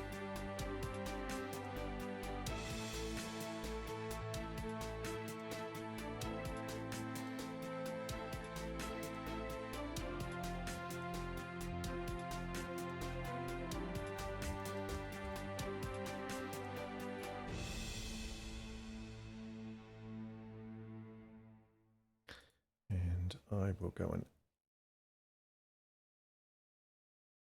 see if we can bring it in here.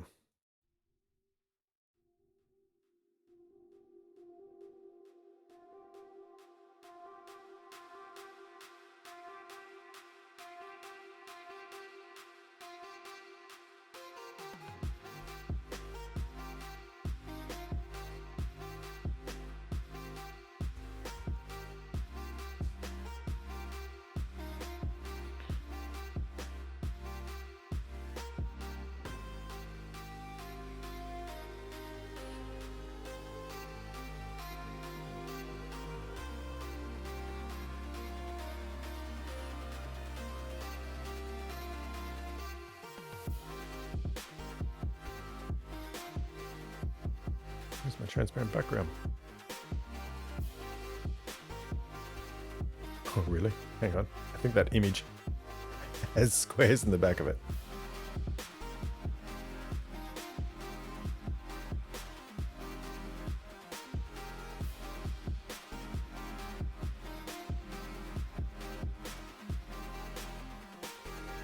Wow. It's actually got squares.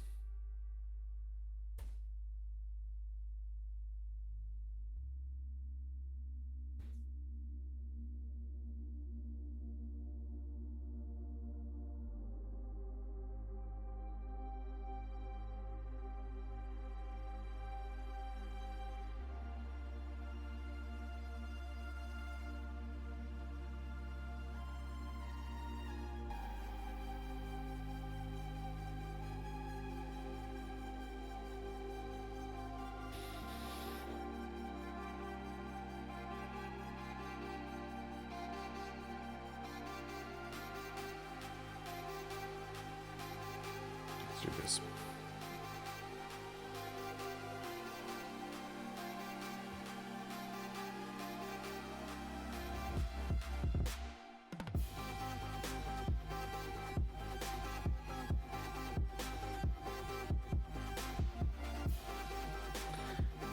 Find ourselves a good mountain range.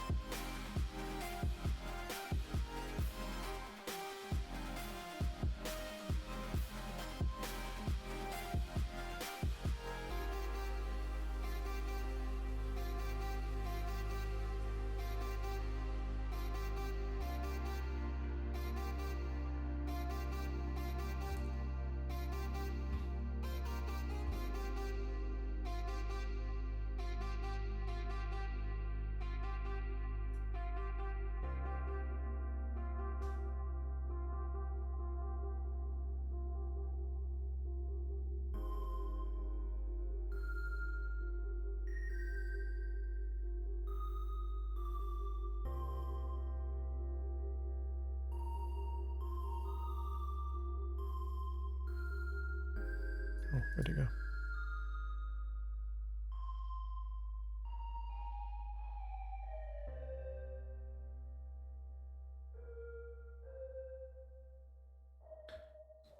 Bring it in again.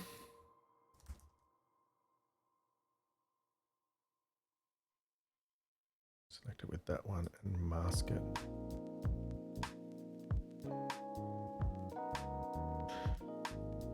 Why don't you like me?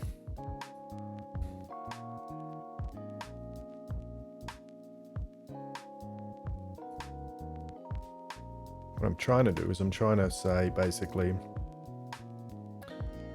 I want this to be masked by that, but it's not letting me.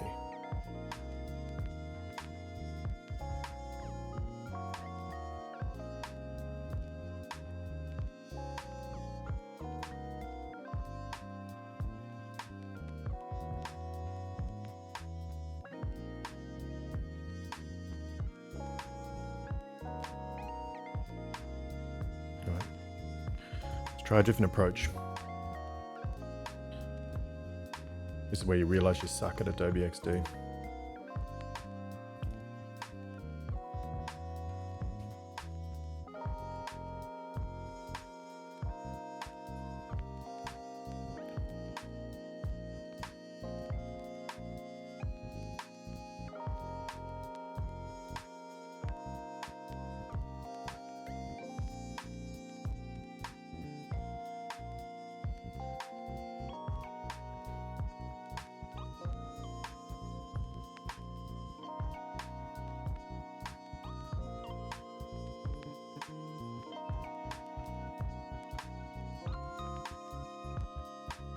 I'm not sure I'm going to be able to do that anyway, because I need to recolor the image, don't I?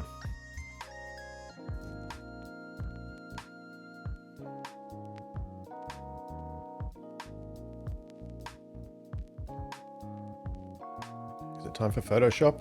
That's the question.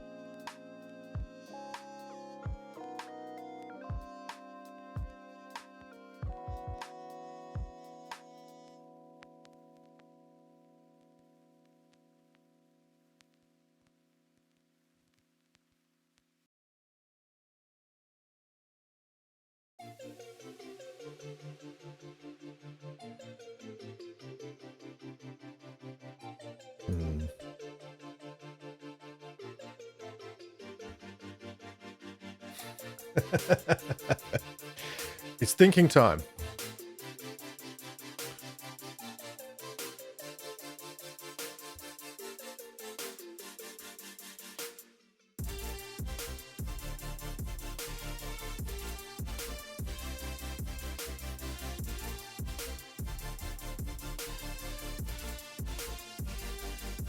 Let's try this.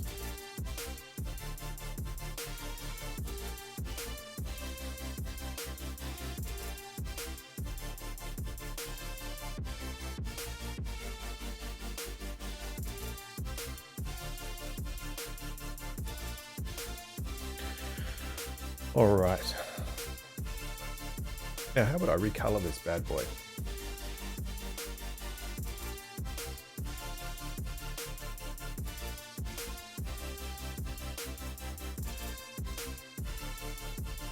Just image adjustments, resaturation. Sure.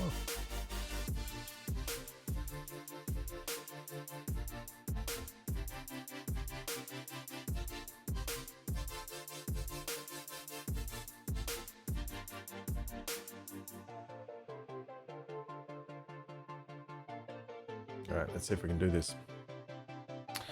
I'm after a dark mountain.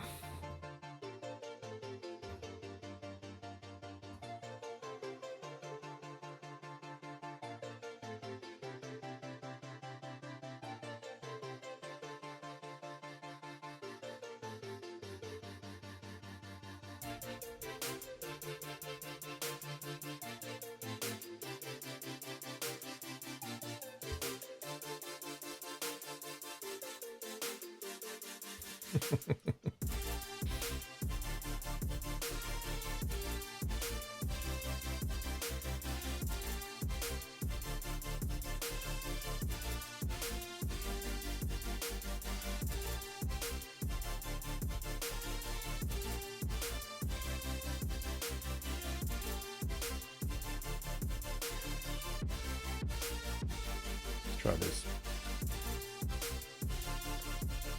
I'm assuming I could probably just, being Adobe products, I could probably just copy it into here. Let's have a look.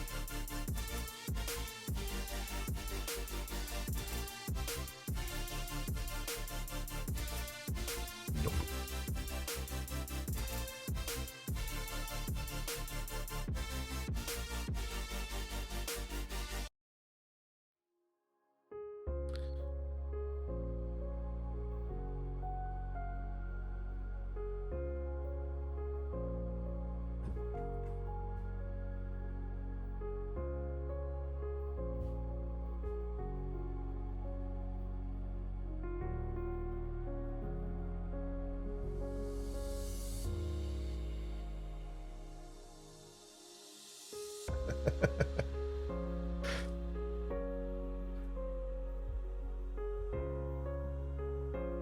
All right, let's save this.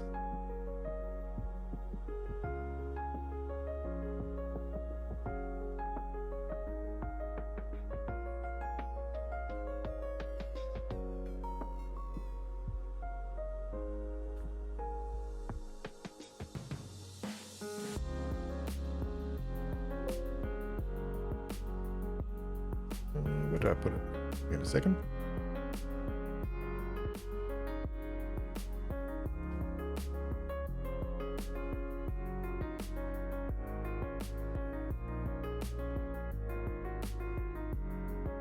R2AU updating 1,000 dependencies today. Why? Is there something happened? It means more dependencies?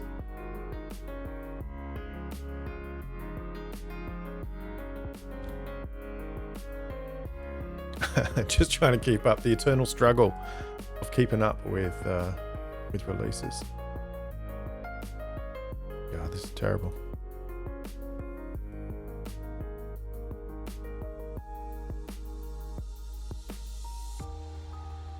I don't know how graphic designers do it. Graphic designers are amazing.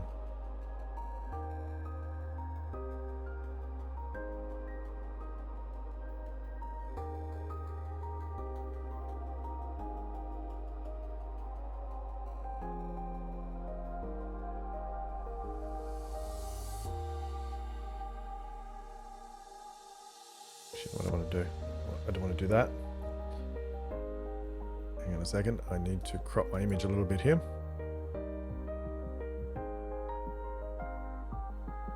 This is so going to be worth it in the end.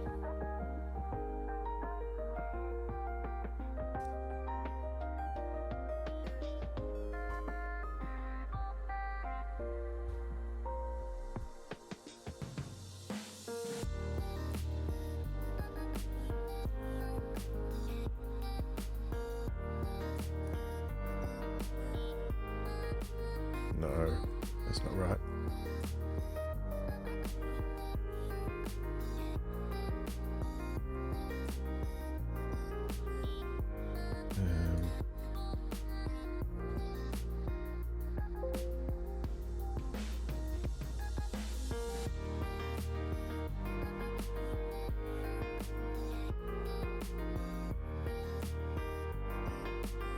No, wrong. Where is it? Where are you?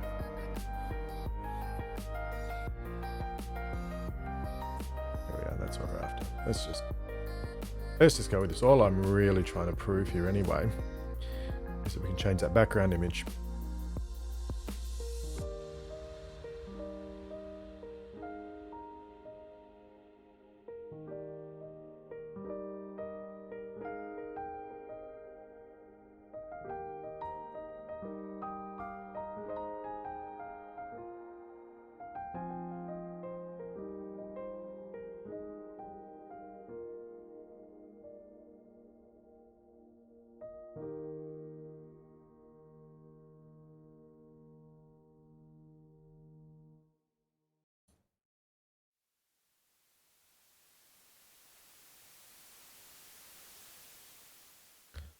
Put this in the background. Let's put a bit of opacity on it.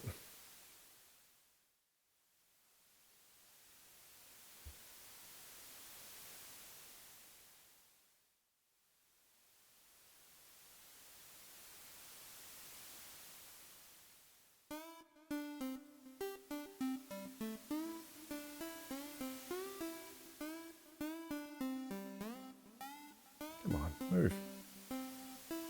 Move, damn you.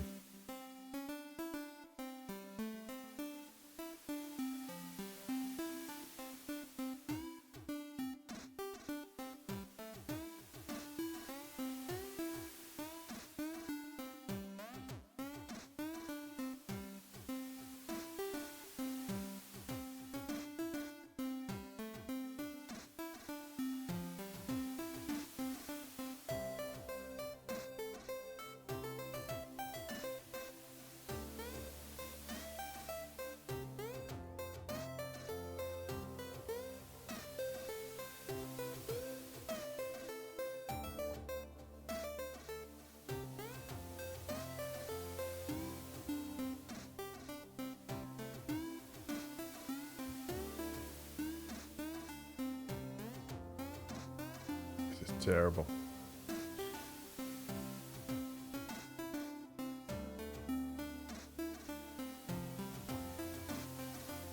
Oh well, look, just for the sake of fun, let's just go with that. Because I've got no more patience. All right.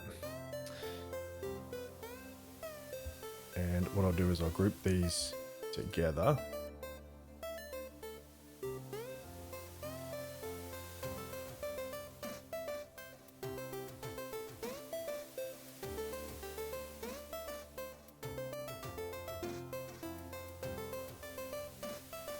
And we'll export that.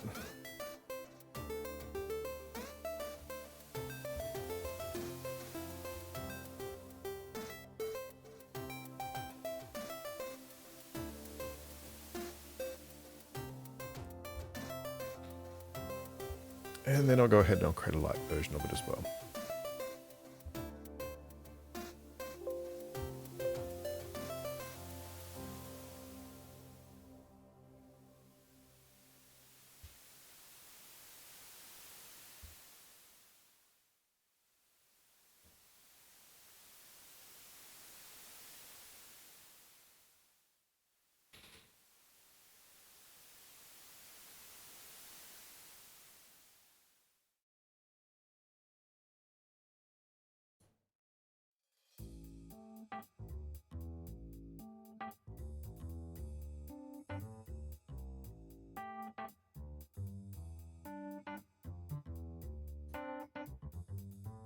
Yeah. Just undid it. Hang on a second.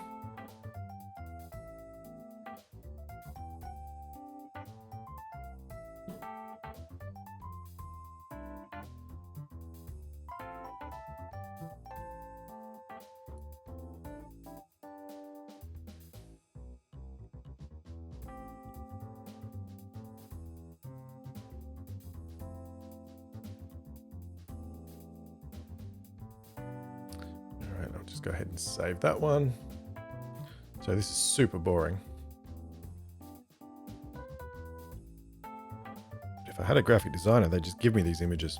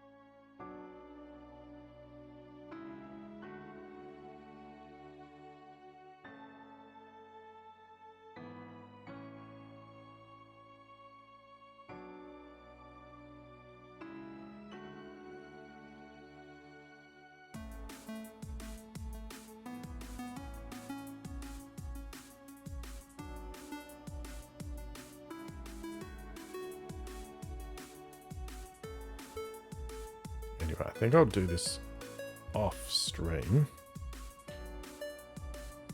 But let's just get it working inside of the application, and then I'll give it up. Yeah, that'll do. That'll do, donkey. That'll do.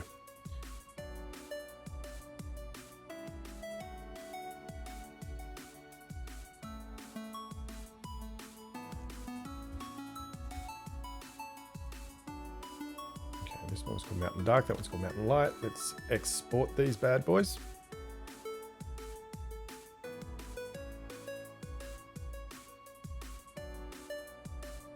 No, export selected.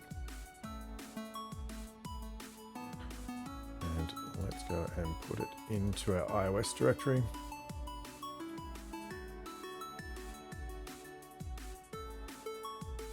Into that folder for iOS, so it should give me my 3 sizes. Same deal with this one.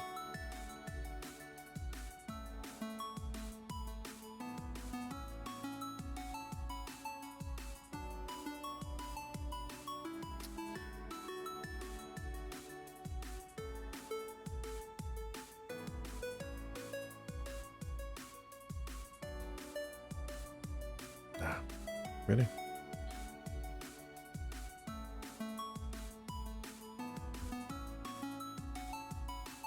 They're definitely there. Hang on a second.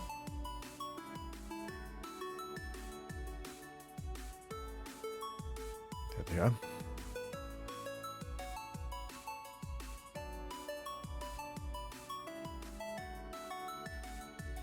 All right. So what I'm going to do now is I'm going to add an image at the back bottom and see what it looks like.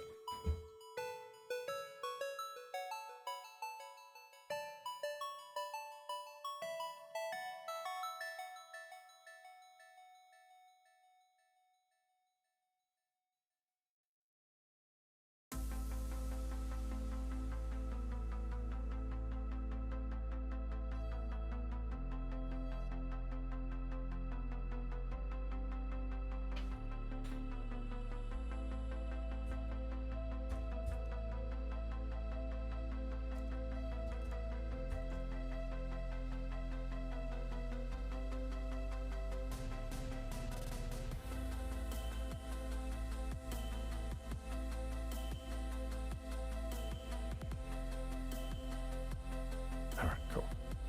So got our image there. Let's make that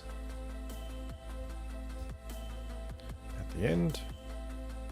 and got 2 rows, so we'll say this make this span 2 rows. Beautiful.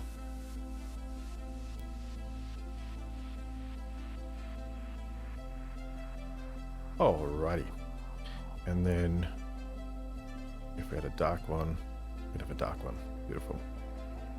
Oh, wait on. We want to have an aspect ratio here. We say we want to aspect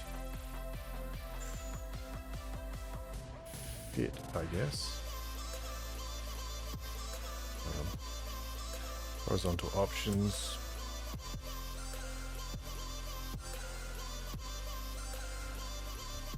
Fill.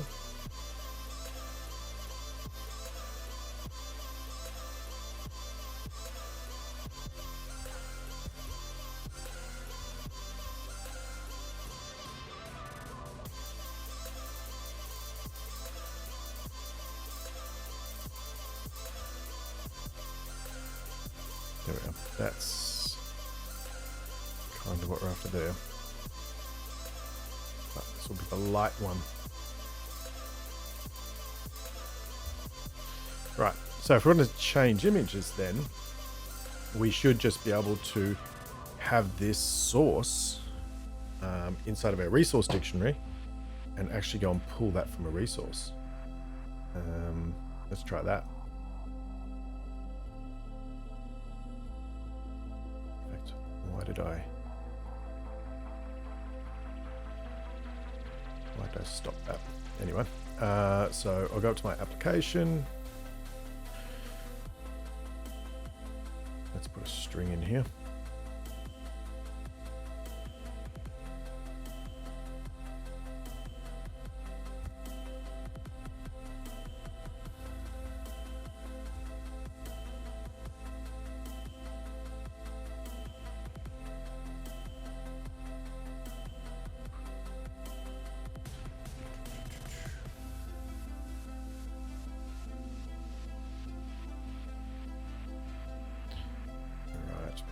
We'll say let's put in a x:" string. And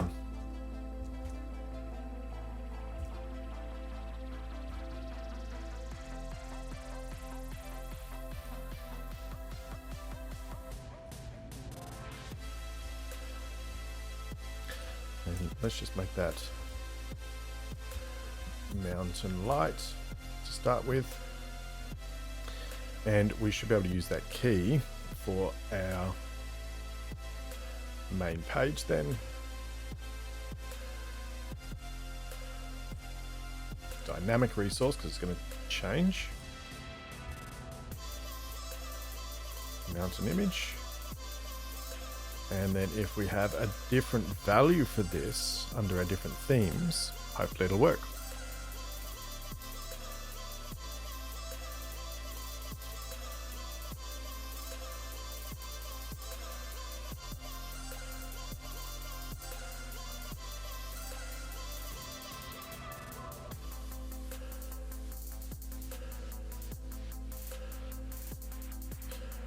I think it's still going to look a little bit rubbish because my images aren't very nice, but I think that should probably work. Let's have a look.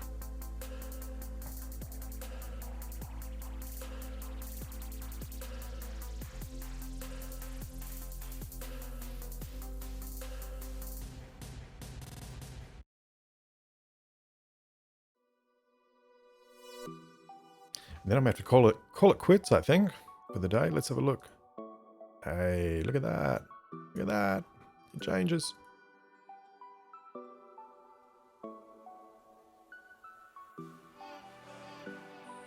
All right, let's bring it back to have a look at what we were trying to do. Hey, R2, are you?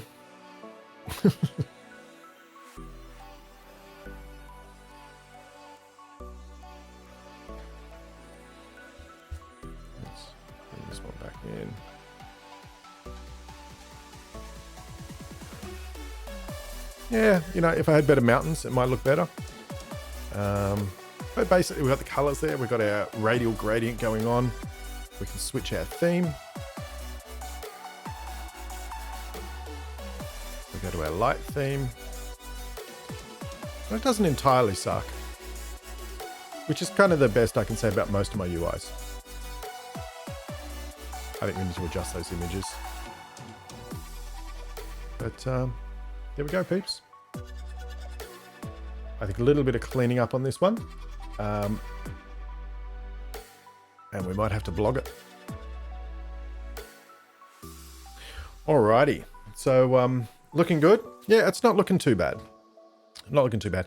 My main thing for this anyway was learning a little bit more about Skier, actually. Oh, I don't like that. Hang on a second. I'm going to change one thing. You see how... This is my problem with UIs, is I'll just spend way too long doing it. I'm going to start this not at 0, because that's wrong. Wherever we draw our ticks, which is drawing our thumbs. How about starting at 1? So as we miss the first point.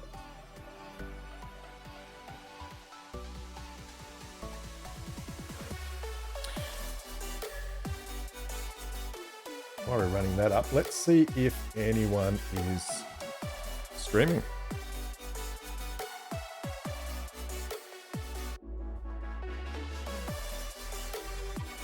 There we are. We got rid of that. Beautiful. I'm reasonably happy with that. I'd like to fix those images, but we're probably pretty good. All right. Who have we got on? We got Talk to Me Gooseman on. He could be Glenn Pog.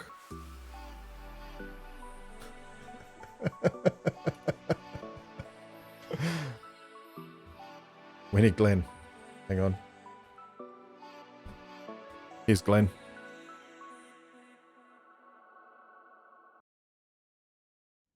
Today we're gonna code lots. Oh no, it's not working. Maybe you can hear it.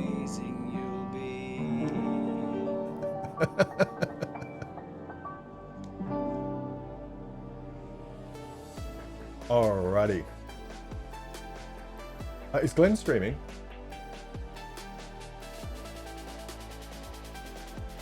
No, he's not, is he? He said he's streaming at midday. Right, let's have a quick look.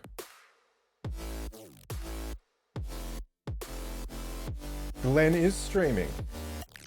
Wonderful. All right, well, let's raid Glenn. So Glenn will also probably be doing some Xamarin work as well. But anyway, I'm gonna sign off. So everyone have a great weekend. Let's go raid Glenn. Glenn will be doing some Xamarin for sure. Let me just go to my dashboard. God, I suck at raids.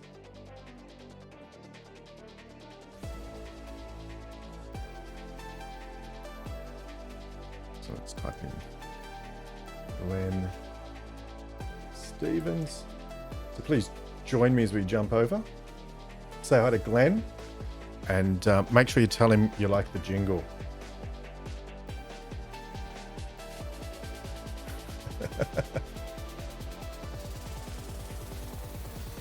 All right.